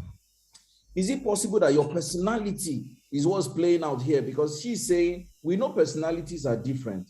May I know what keeps you going despite the challenges enumerated? So I want you to tie your answer. Is it possible? Because some other person, they will go for therapy. They would, in fact, some other person, they will even take their life. So is it possible that your personality plays out in how you handle this disappointment? And how has your personality played out in your journey so far, answering Princess Uduak's question? Yes, straight to the point, yes. Personality is very key. For me, my personality, like I said, is the risk taking.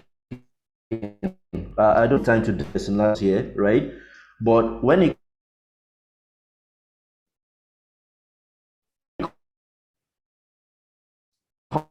comes to risk, I do a lot of writing. So I take a notepad, I sit down before day retreat, I shut down to retrospect what went out, what went wrong, how did I make everything into it. But I have lots of used to do all those writing, maybe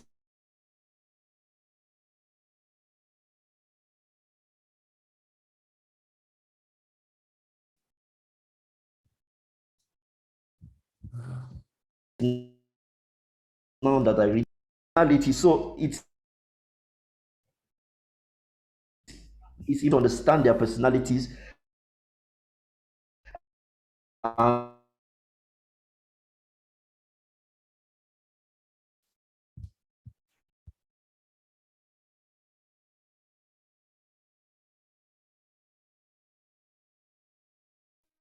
where weapon. I want greatness, I want results, and every energy, because I want great, I want to impact personality for me. I hope I answered that question well. Thank you. Thank you. At the point, my network came out, but I believe that the listeners got value for that question from you. So let me go to Molabo. Please, Molabo, tell us how your personality has played out so far in your journey, very quickly, so that we can wrap up. Okay.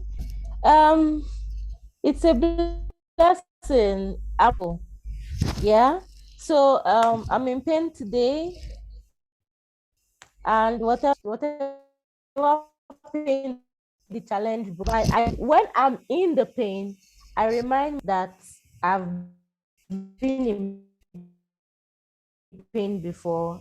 It's this full of ups and downs, and I know I'm going to do well in the future. And because of the faith I have in the fact that what I'm doing is what I'm supposed to do, it's what I'm made to do, then the wrong. So once I've overcome it, I've forgotten the pain. I refer to it like this, like, oh, that's it, a lot of time this was happening, but that one has gone. See, look at the way I refer to the challenges, when the top three challenges. Yes. So are you that you were there that time? You know, it was not like this. Yes. Yes. But I've forgotten the pain that came with it. I've left it. That forgetfulness, my happy, happiness is cure for pain. So that's it. That's how it plays out. Thank you very much, ma'am. Whoa, thank you so much, Raphael, Obafemi, and Molabo, Oretade. You have shared from the depths with us today. I find it humbling to have hosted you. Thank you for sparing your time and your resources to come on the mini summit. This is our first ever mini summit, people. And honestly, the content we have been pouring out since yesterday have been very inspiring, quite charging. People have been boosted.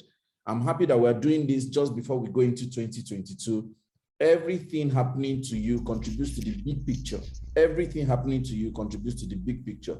So if you just sit down today, take all your analysis and move into the future with all you're getting, the sky is not any limit anywhere. I like the way Tunde said it yesterday. He said, in fact, I'm trying to write an octopus nugget on that. All the dispensation before the Gen Z, they normally say, when life hands you a lemon, make lemonade out of it. Yesterday, Tunde said, when life hands you lemon, return the lemon. You don't have to do anything with it. I love that perspective. So on this note, we're going to switch over to our next speaker, who is Fola, but I'm going to go on a short musical break for just a minute or two while my current speakers are stepped down, and then I'm going to bring on the celebrity publisher himself, Folagbade of Oretade. So we're going on a beautiful break right now for 1 minute, and then we're going to come back. Thank you so much, Ralph. Thank you so much, Molabo. Please, ladies and gentlemen, I want you to share, correct. I want you to share your appreciation to Molabo and Ralph in the chat room. It's very important for them to feel your energy. Please appreciate them for us as they are stepped down from today's conversation. Thank you so much for that. So let's go on a short musical break as we return in a few seconds.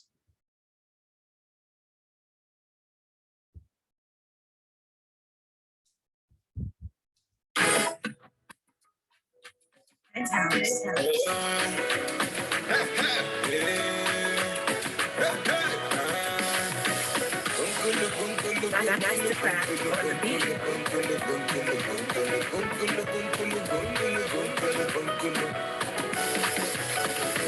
far, so good, though. I thank God for giving me life today.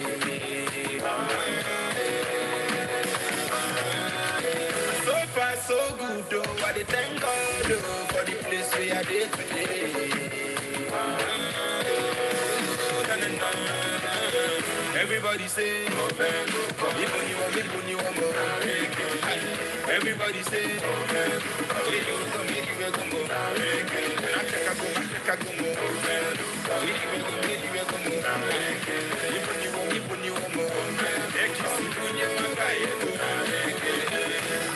Chai, Odogu Akataka, in a Kotalum Ben on number. Can my story make me rise the faster? Eddie boy, and I said, I, it's the Mukule woman the number. Now every city done the feel the lumber. The men the most in a you be master. I buy Kotalon, now got to know I got my Toro Chineke. I got my Toro Chineke. You get it, get me so sad. So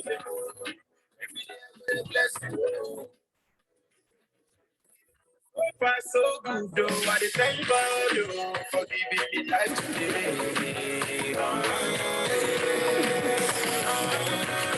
So far so good, though. I thank God for the place where I did today.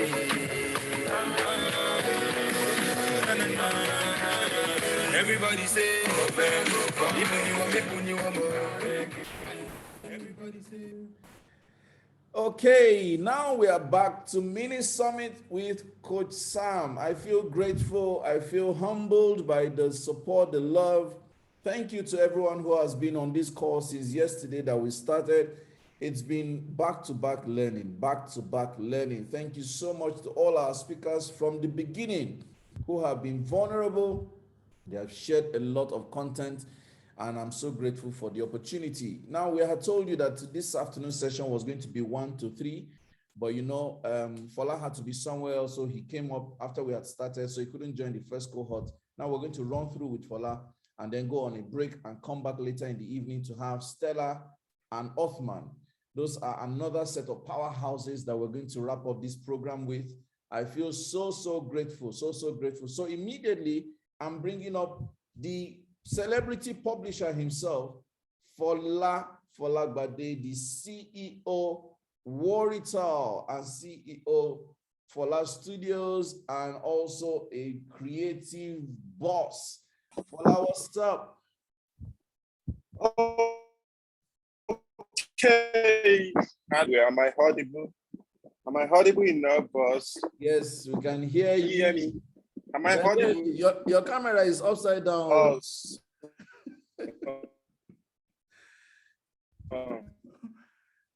We can hear you, but we are seeing you sideways. How about now? Is it better? Is it better now?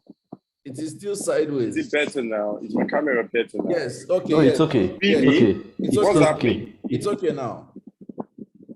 Oh, okay. Yes, so. Okay. Thank you for having me here, boss. Thank you. Meanwhile, let me add to that, what you said the other time. I think I got another information.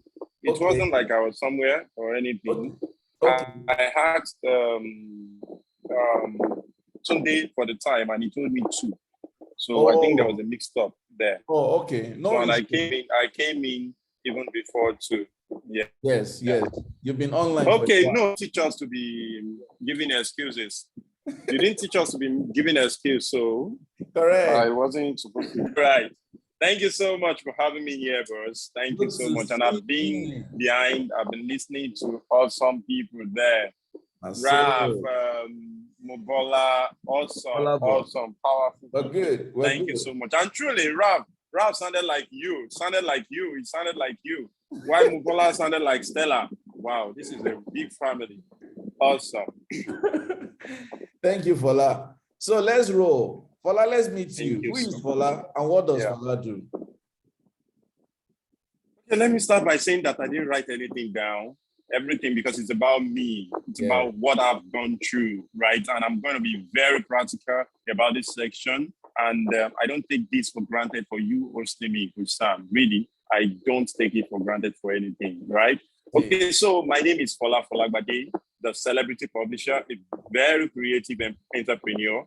And it's, that came into Lagos with to come and hustle, with a bag, got into Lagos to gain admission, Lagos State University, and that has been hustling since 17, right? So, and I've been trying different businesses. And I tell people, I think it's a good thing that I even started early, like started hustling early, that independent spirit started so early for me. Yeah. So, and that is who I am, based in Lagos. I'm the president of Oretade. And I'm proud to say that I'm the brand consultant behind Sopka and Sam Obafemi, right? And a few other brands like that, right? So I'm a brand consultant. I'm a publisher, and yes, anything in that space of creativity. Thank you so much, Fola. Thank you so much. Ladies and gentlemen, I'm sure you've heard me say this many times. Since Fola and I met, Fola has been the central figure of all my brands. Everything I have churned out, if you have ever liked the way our brand has popped, give 100% credit to Fola. In fact, just last week, I'm sure you guys have seen our announcement on Soccer Futurists, and the king himself. Fola has moved on to publishing books, and the design part, he just goes there once in a while. But he sat down and did that futurist design. And in a few hours, sometimes when Fola does these things, and when this thing is inside in blood, I see it comes out with stuff. I'm like, how do you do this thing? So guys, but the thing is, many people like popping designs, but they don't want to pay for popping designs. They just want to wish for popping designs, or they want to, right? So I my conversation with Fola, we have several twists. May not go through the formal format of questions I've been asking, because there is a part.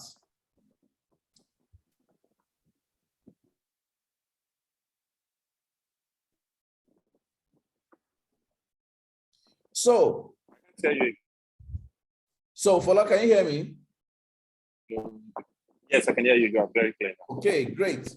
So Fola, sorry. Am I on portrait or landscape? You're on portrait. I'm trying for better. Is it better now? It's actually better now. Yeah.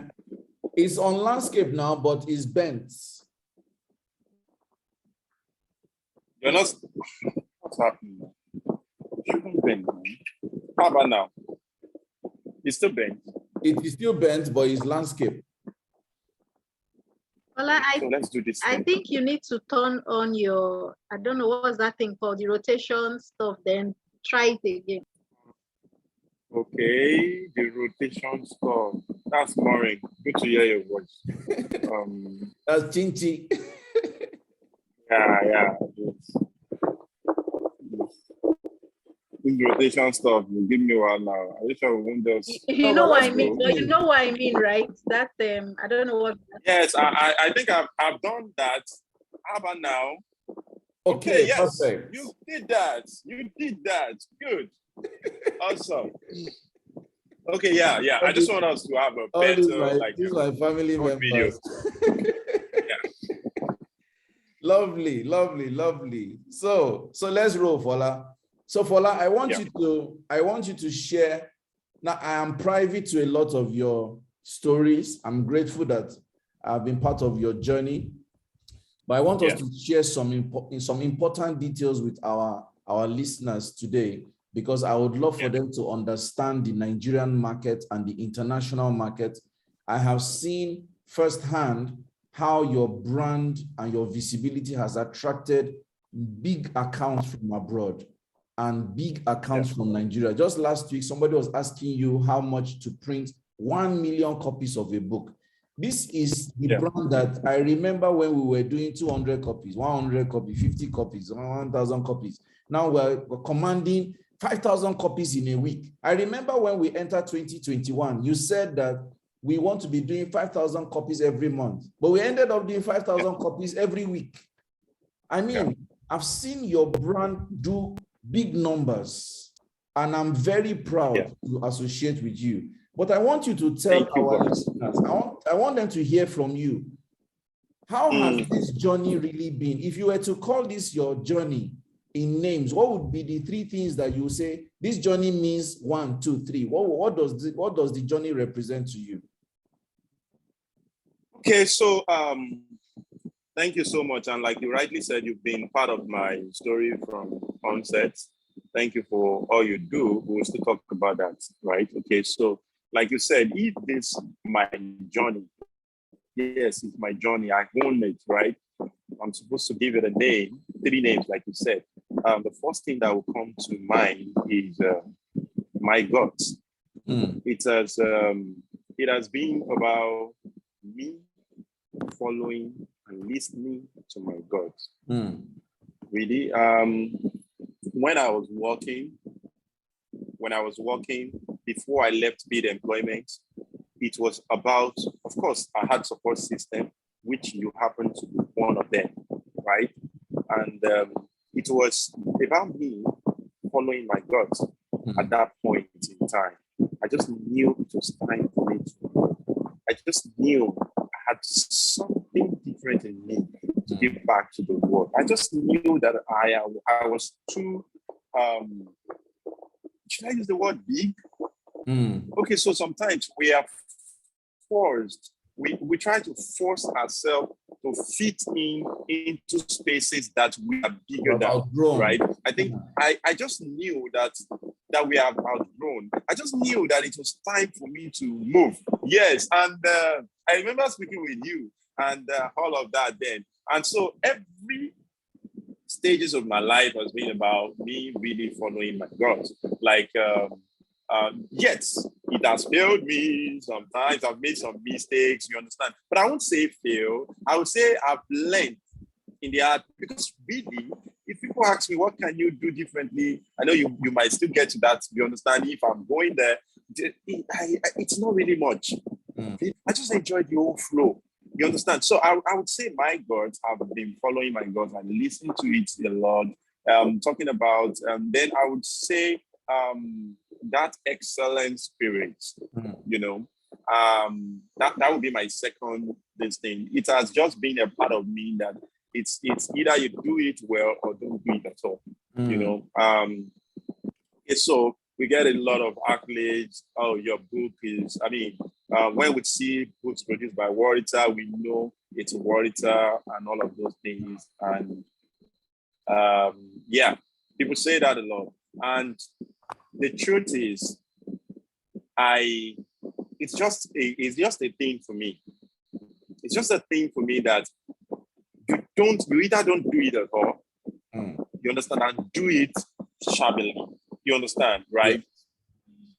So I would say, yeah, it works for me. You understand? It's just part of everything I do. And again, I would say, my story, relationship, managing relationship, it's just a thing for me, right? I am fond of turning my clients into family.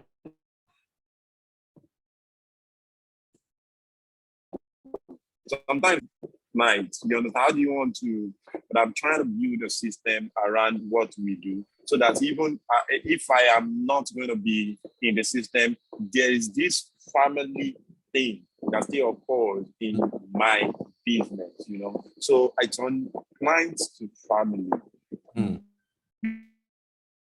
Really different ways. I can't overemphasize. And I would say it this way. That's why sometimes when I see people treat clients, you know, anyhow, I would say that major breakthroughs I've had, major since I started business, has been from clients.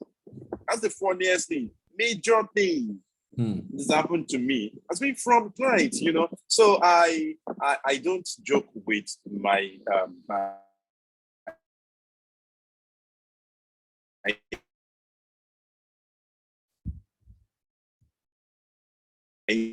so that is.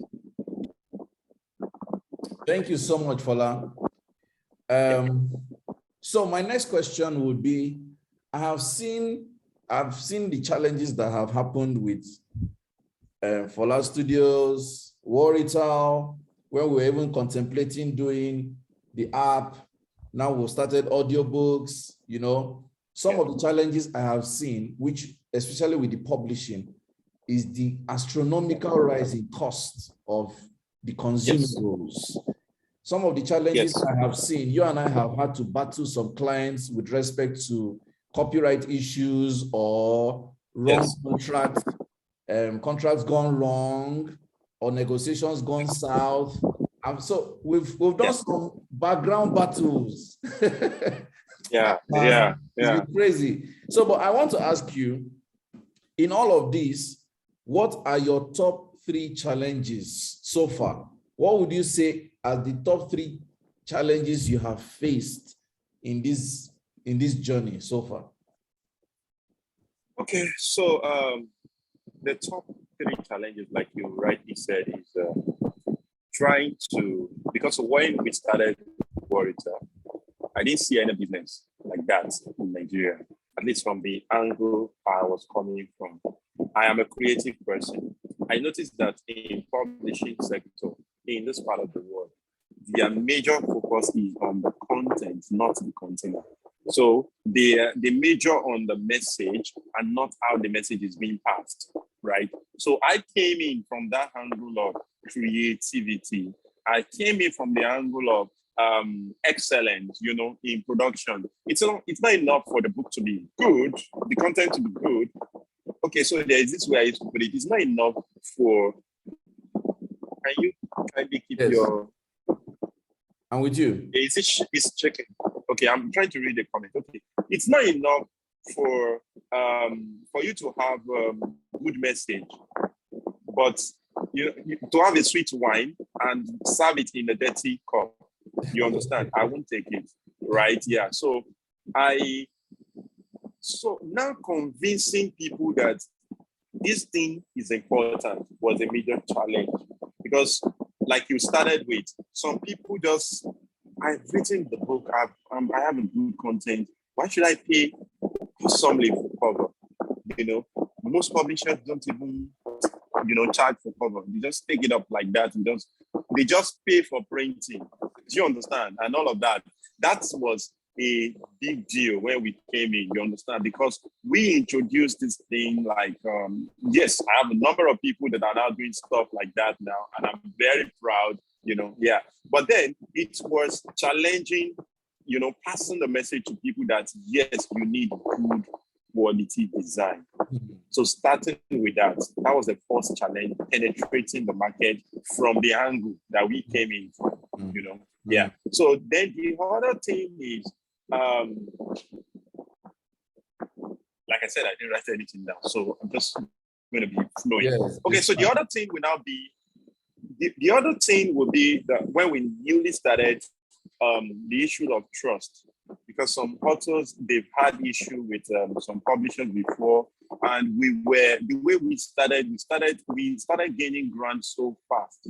Like we started attracting foreign authors so fast, Nigerians that are in abroad and all. So a number of them won't get to see us before they may, start doing business with us. So I remember some will say, I've dealt with 2 publishers in Nigeria, pay them, they ran away with my money, and they didn't do a good job. You understand that? So it was now for us to convince them that, yes, we are different. You understand? So this was also a major challenge for us at that time. But over time, I think we got over that. Right now, I can tell you for free that like 80% of our clients we've not seen, we've not met, we only spoke on phone, and these are guys committing, good money into our hands, right? So the third one would be I'll mention 4. The third one would be expansion.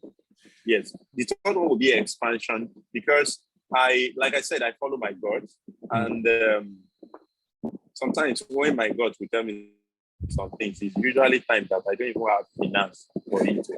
So sometimes God will just tell me some things and we just pray. But then I don't know, when I just conceive it, things just work together, just works together, and it just works together, and that's it. So expansion was a big deal for us.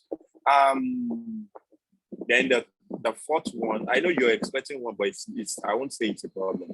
The part of increase, dollar rates increase and all of those things. It's not. I was discussing with someone last week. Yes, it was a big deal for some. What we were doing for, everything does increase by maybe 50%, thereabouts and all. But then I think everybody just got the message. Everybody just understood, right? It wasn't easy, right? But I think people that really want to do it did it. I can tell you for free that between last year and this year, we did, more than even before.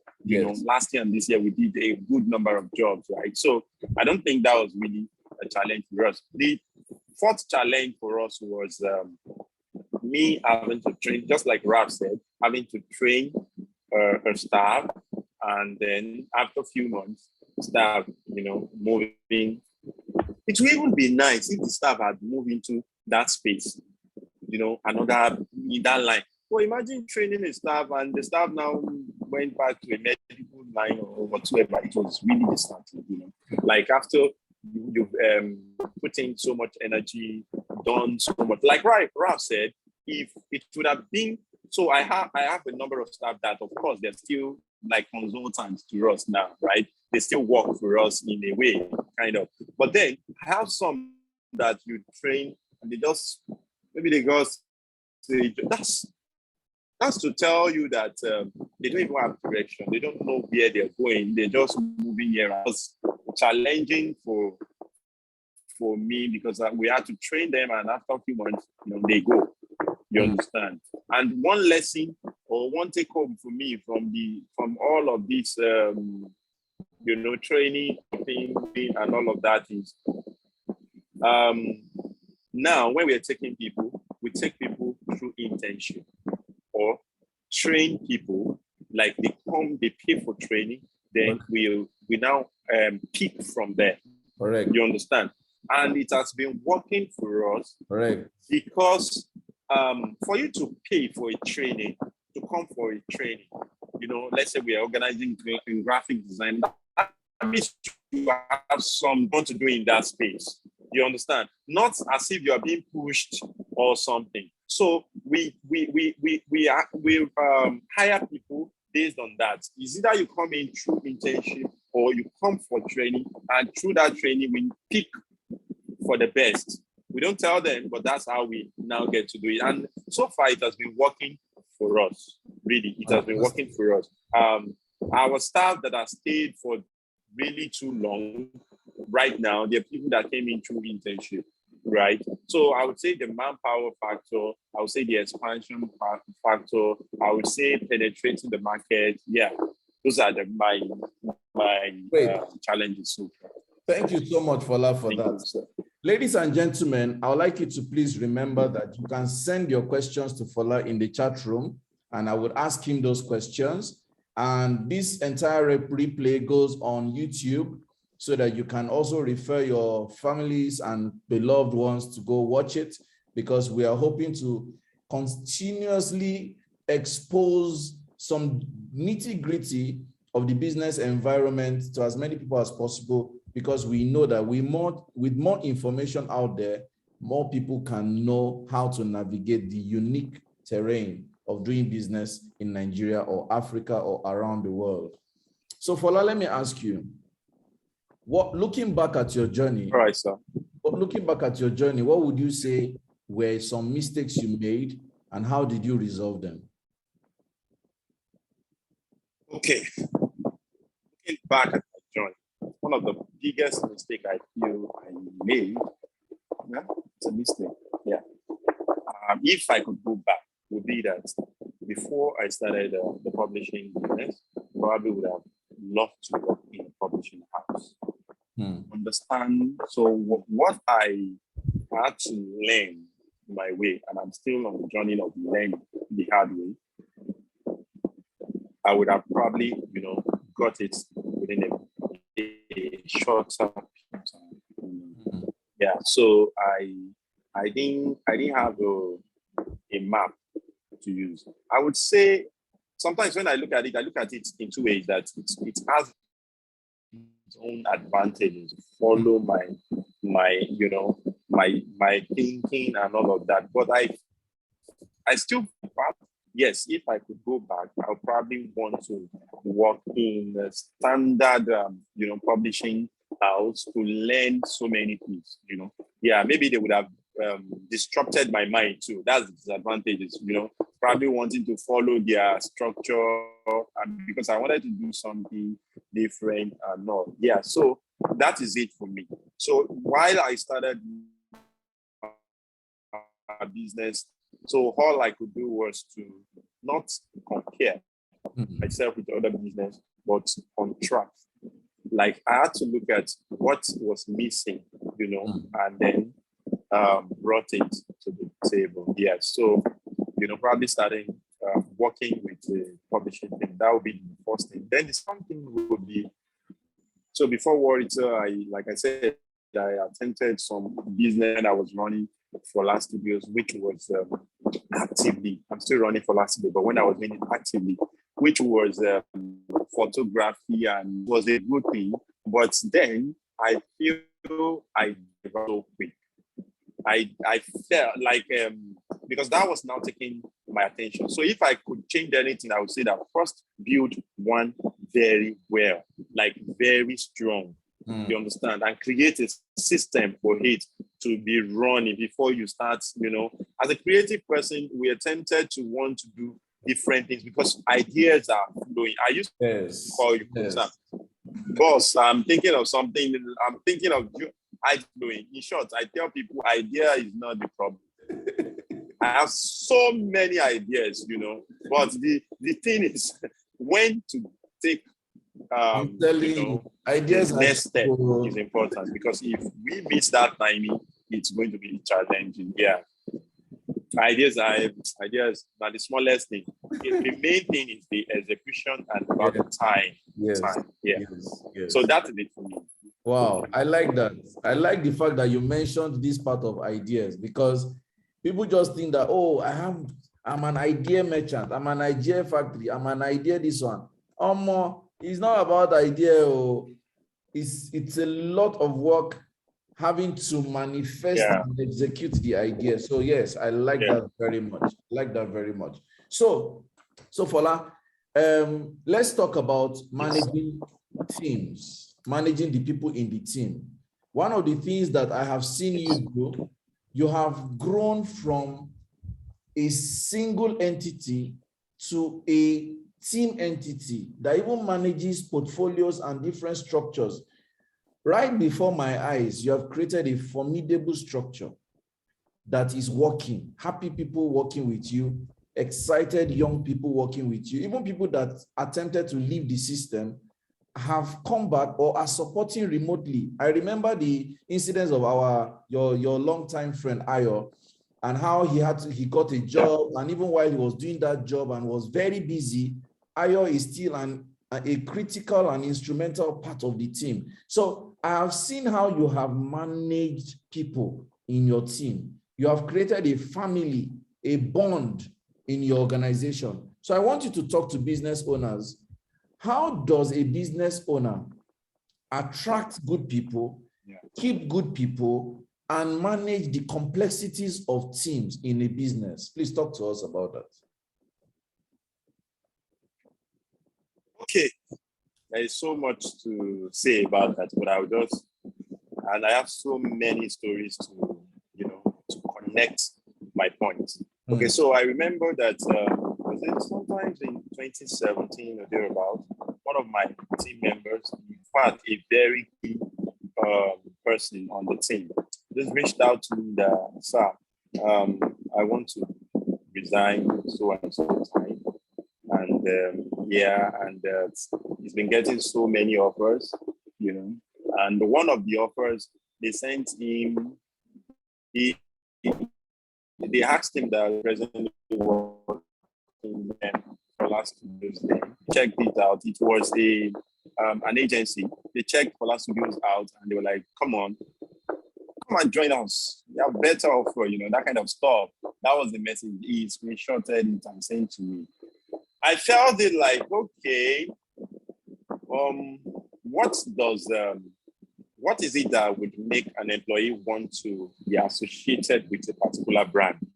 There's so many things, really. For instance, now I see the way Sopka is, and everybody that is associated with Sopka, want to talk about Sopka. You don't even need to tell if you don't need to. If everybody on the team, I am Sopka. Even me, I am Sopka. So that was when I went on the journey. I went on the journey of reading how to build a strong brand, and it starts with your team falling in love with your brand. So when I was building Warita, I was very intentional about it. I wanted to build a brand that is beautiful, a brand that the team will be proud to be associated with, a brand that is, how will I put it now, that people are saying good things about, you understand? A brand that is leading, I wanted to build something that even working there, you are proud to say it. So fast forward to 2021, one of my team members was saying that he went to go and speak somewhere. And at the end of the section, it was about publishing. The guy went to go and talk about. And at the end of the section, he introduced himself as a team member of Warita. And at the end of the day, he said, people were just coming to meet him that, you work with Warita, take selfie with him, that kind of stuff, So that kind of stuff means that, number one, he's super proud to be working with the fame, the company. And aside that, he's proud of what people are saying about the brand. So in the long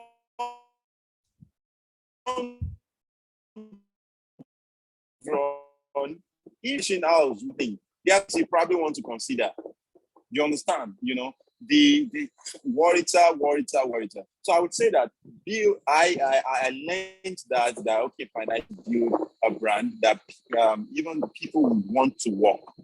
Yes, a brand that people will be proud to work with. Yes. So I think that worked for me. And of course, I am very personal with my team. I don't know how it works. The same way I am personal with my my clients. We talk about sometimes those class. We just talk about family. We talk about okay, what's the problem? What's the main thing? Do you understand? We really talk deep, And then of course there are some other things that we have to start bringing in as we start growing. I make sure that every one of my team is growing with me. There is a loan, facility. There are things like that we have to create. That okay, fine. Proper business is what we are building. And of course, one of the things again is I don't just show my team where we are going. I show them their place when we get there. So when I'm telling them this is where we are going, it's a good thing for them to know that we're going to be on acres of land very soon. We're going to have our own big publishing firm, printing press. We're going to have residential for the team and all of that. Everybody will be fine. We're going to have branches all over the world. That is what.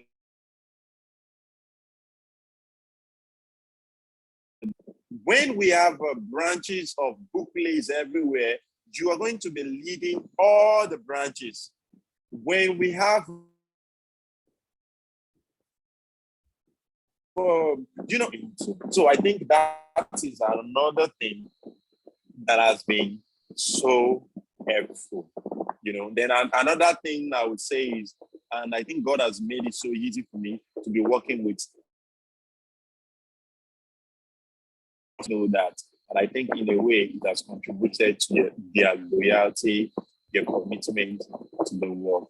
Yes, I can go on and on, but let me stop there. Wow. Yes. Fola, these points are very powerful and I like them. They are very, very powerful and I like them because if an employer is ready to make these sacrifices, it's a good investment that will return. Let's say it's not a fail-proof strategy, but it works. It's not fail-proof because you have some coconut head employees, but it works. And the thing is that one of the things I have learned, when your employees who are not cooperative, when they leave, they will now encounter another system that makes them say, I did not know what I was even enjoying where I came from. Oh, because in soccer, we had that experience. There was this chap that just had to leave at some point. When he left, he was now telling Stella, no, I made a mistake. I made a mistake, this one, that one. So it's a good thing when we're able to make these sacrifices, invest in the team, because it will pay off. Even if it doesn't pay off immediately, over time, it will build a strong brand equity and it will pay off. So thank you so much, Fola. I'll ask you one more question, then I will let you go. I want you to talk about, I'll ask two questions. What has been your experience with international clients? You know, the way Nigerians do business, or the way we do business in Nigeria, Ralph had talked about this a bit. I want your perspective from the publishing angle. What has, in terms of ethics, in terms of value system, in terms of committing to contracts, in terms of compliance, in terms of character, different things that affect business, what has been your experience doing business with Nigerians in Nigeria and doing business with anyone outside Nigeria? I want you to give us these perspectives for our fans and listeners to hear you. Okay, good. I would say that in all ways, they've actually helped, especially foreign minds, like you rightly said. They've helped us to, at some point, I was seeing them as the difficult minds. But then they've helped us to really build what we've built so far. So let me give an instance. There was a time, so we have our own process. When you come in, you fill the questionnaire for a cover. If you're going all our products, we have a questionnaire that you're filling for us to get your details. So these clients came in and filled the questionnaire. The normal thing was questionnaire to even speak with me on phone. The normal thing was for her to call at that stipulated time, and for me to know that so and so person is calling. Meanwhile, I didn't know in the questionnaire that she filled some other details, because we get so many questionnaires filled regularly. So usually I just pick the name and the time that the person will be calling. When she called, she had to tell me that, when she started asking some questions, I couldn't answer. She was like, she mentioned them in the content, that she had to write a special stuff, And I'm like, oh, really? The section was for you to discuss it with me, not for you to. So she now had to tell me that, no, before section, I'm supposed to be 100% prepared. You understand? For the person coming. You understand? This, in a way, normal way that we do stuff before, yes. I don't get prepared in quotes. I just know that you are calling and all. But this person was very specific with what she wants to say. So I would say that, yes, they know what they want. Wow. And you can't give them less of what they want. Wow. They are very organized. Yes, very, very organized. Unlike Nigeria, that anything goes. Very organized. Yes, very organized. So, and again, they've also helped us to bring in that into our system. Yes. And of course, like Raph said, everything you have to come to an agreement. Working with one, we have project managers. I used to do all the project management before, but now we have project managers within the team. I was working with one specifically. We know what you want, but this person had to come up with the timeline for everything and send it to me. This is when I want this thing, because we didn't have timeline to give her. So she had to give us timeline. So that made us now forcefully have structured timeline where we are working. Okay, this is when this will be ready. This is when this will be ready. So they're really, really shaping, the way we transact. Yeah, yes. So like I said, they are well organized. They are well structured. They know what they want. Their time burn, and they work with specifics. And yes, one of the good things is they can pay very well. So yes, that's another good thing. They don't they don't really, except for very, yes, they don't really. Because, and one of the reasons is maybe they are getting it cheaper here from us. You understand? Compared to what they would have gotten there. Yes. So I would say yes. They are actually getting it cheaper. Yes, they have. So that is it basically. Fantastic. So for instance, now we recently had a partnership with a publishing house in Texas, and what we are charging that some people are complaining, shouting in Nigeria, those guys are charging times 3. I remember. There. I remember. So we are the ones to now, you understand, give to them, they can still. So yeah, I would say the international, market is actually, it will stretch you, but it pays off, at least for us, it does. Wow. Well done, Fola. Fantastic. There was a question that crossed my mind that I've lost my train of thought. I wanted to ask you. Okay, yes.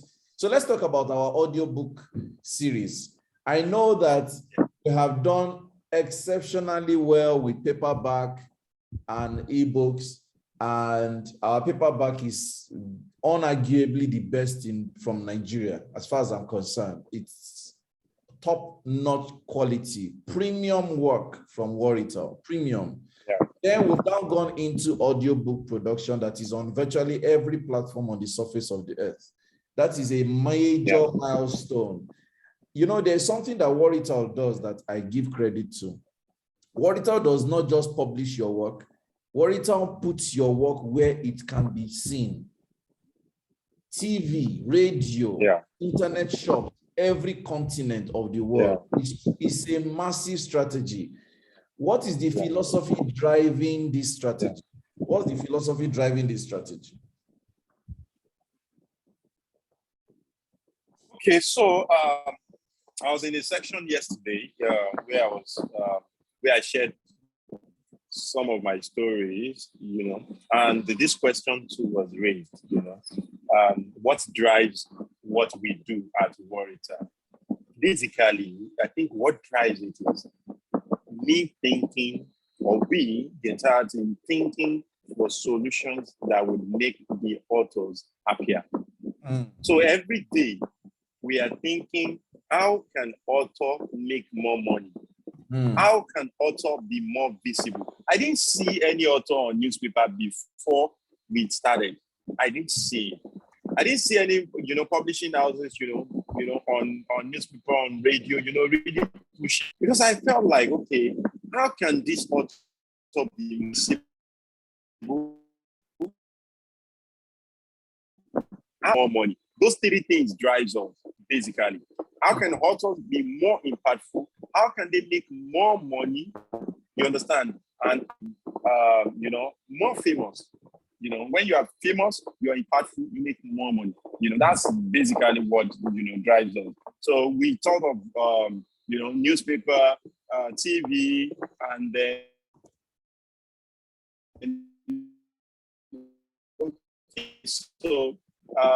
online, to promote them. We had to sign brand ambassador to talk about their book. These were things I wasn't seeing in the publishing space.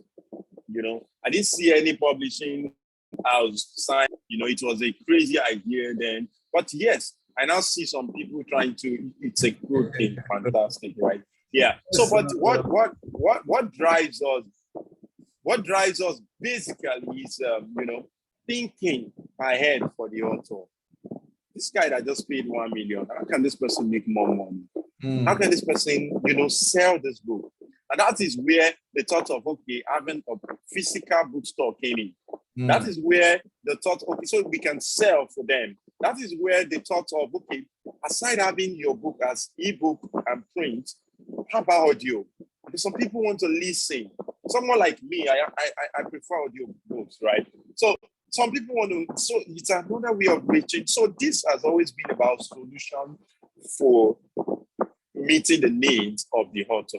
So for every business, I feel that should be the primary thing we are thinking of.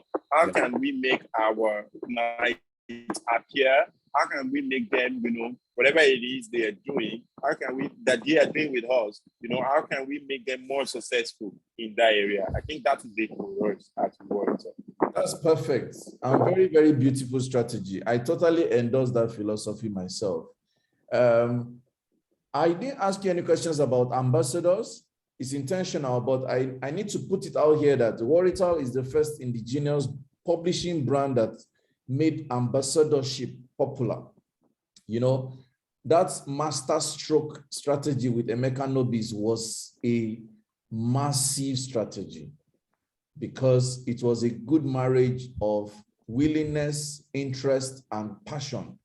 Emeka Nobis is known to be very passionate about writing and passionate about marketing. And Oretade, considering the philosophy that Fola just shared, that was just a good meeting point. We call it the sweet spot, the sweet spot. So that was a very, ingenious strategy. Now, let me ask you my last question before I need to release you at 3:30. Who would you say have influenced your work? And I know without arguing that I would like to be excluded from that list. So excluding me in your list, who would you say are your influences? Or what? Yeah, let me leave it at that. Who would you say are your influences, excluding me, of course, please, considering this conversation? Okay, boss. That excluding you, you have to repeat it many times before it entered my head. Okay, so yes, I would exclude you, man.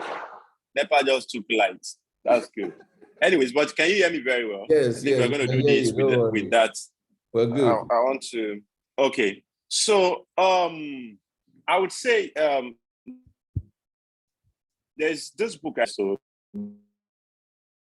That was when I started by Jack Canfield, The Principle of Success. So the Principle of Success changed my life, and I got to understand how this life, the entire life, works. So I would say Jack Canfield had the first influence on me, with that book.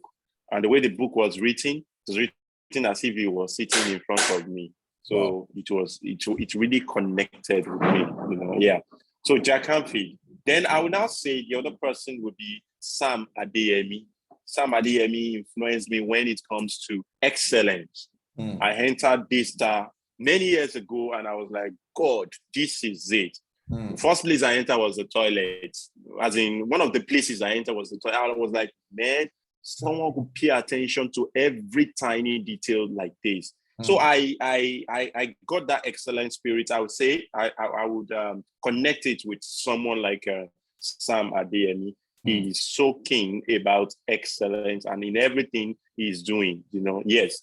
So another person that I recently fall in love with, and because he's a pioneer, I think that's one of the reasons, is Akin Alabi.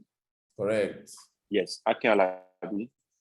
Yeah, Akin Alabi has a great impact on me, a lot, because he is a pioneer, right? And I see what we do at Oretade as also pioneer, and Akin Alabi worked with time. He was very specific. He knew what he wanted to do, and this spirit of urgency. I learned about it yesterday. Urgency in leadership. The guy just got into the Bet Niger stuff and he picked it up and he was able to run with it and all. I've read so many of the stories. So I follow him very well. I would say he really has so much impact in me. I save your own for a book. It's going to be a book dedicated to Sam Obafemi. That one, it's a book on its own. Yeah. I was hearing Raph saying that Sam Obafemi is my brother, and so the blood in his blood. I was hearing Raph saying all of that. I wanted to tell him that, come, it's just your blood, though. As far as Sam Obafemi is concerned, forget to. You guys just have the same blood. We get some other people, maybe say, you understand? Yeah. So that's the thing for me. I thank you for all you do. Thank you for leading the road. Thank you for holding us like this. you know. Thank God. We love you. We love you so very much. Love you, yeah. brother. Thank you so much, Fola. Thank you so much, Fola. Thank you so very much. You made time for this, and I'm very grateful. Just like every other speaker has made time, this has been a worthwhile conversation. I haven't seen any questions from anyone from the audience. I guess the conversations have been wrapped and very purposeful. I'd like to read from the chat room how you have felt about the conversations so far and how Fola has impressed on you. I'd like you to appreciate Fola on my behalf. And of course, it's still okay if you want to ask 1 or 2 questions, even though our time is up. But I'd like to say thank you, Fola. Thank you so much for our friendship. Thank you for your sacrifices. Fola always pays his bills to Abuja when when soccer has an event. He would pay his own fees. He would come around and he would just help to manage the process with the team. We are one big family. We are one big family, and this family is growing. We have children and grandchildren. Like, we're building transgenerational influences from our strategies, and it gladdens my heart. I really, really do like how it works. So I'll be seeing comments in the chat room. Rao says, super one, bro. Well done, Fola. Josephine says, I was just wondering, how does Fola think schools can go into publishing to cut costs? Fola, what's your take? Okay, yes. Schools can go into publishing. And I think schools, in a way, they have the market ready. They have the market.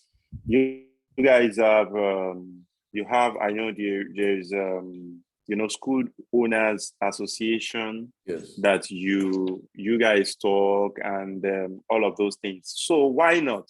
For instance, now we have one of our authors. So what's now happening is, since the schools are not doing it, individuals are now doing it and selling it to the schools. Yes. We have one of our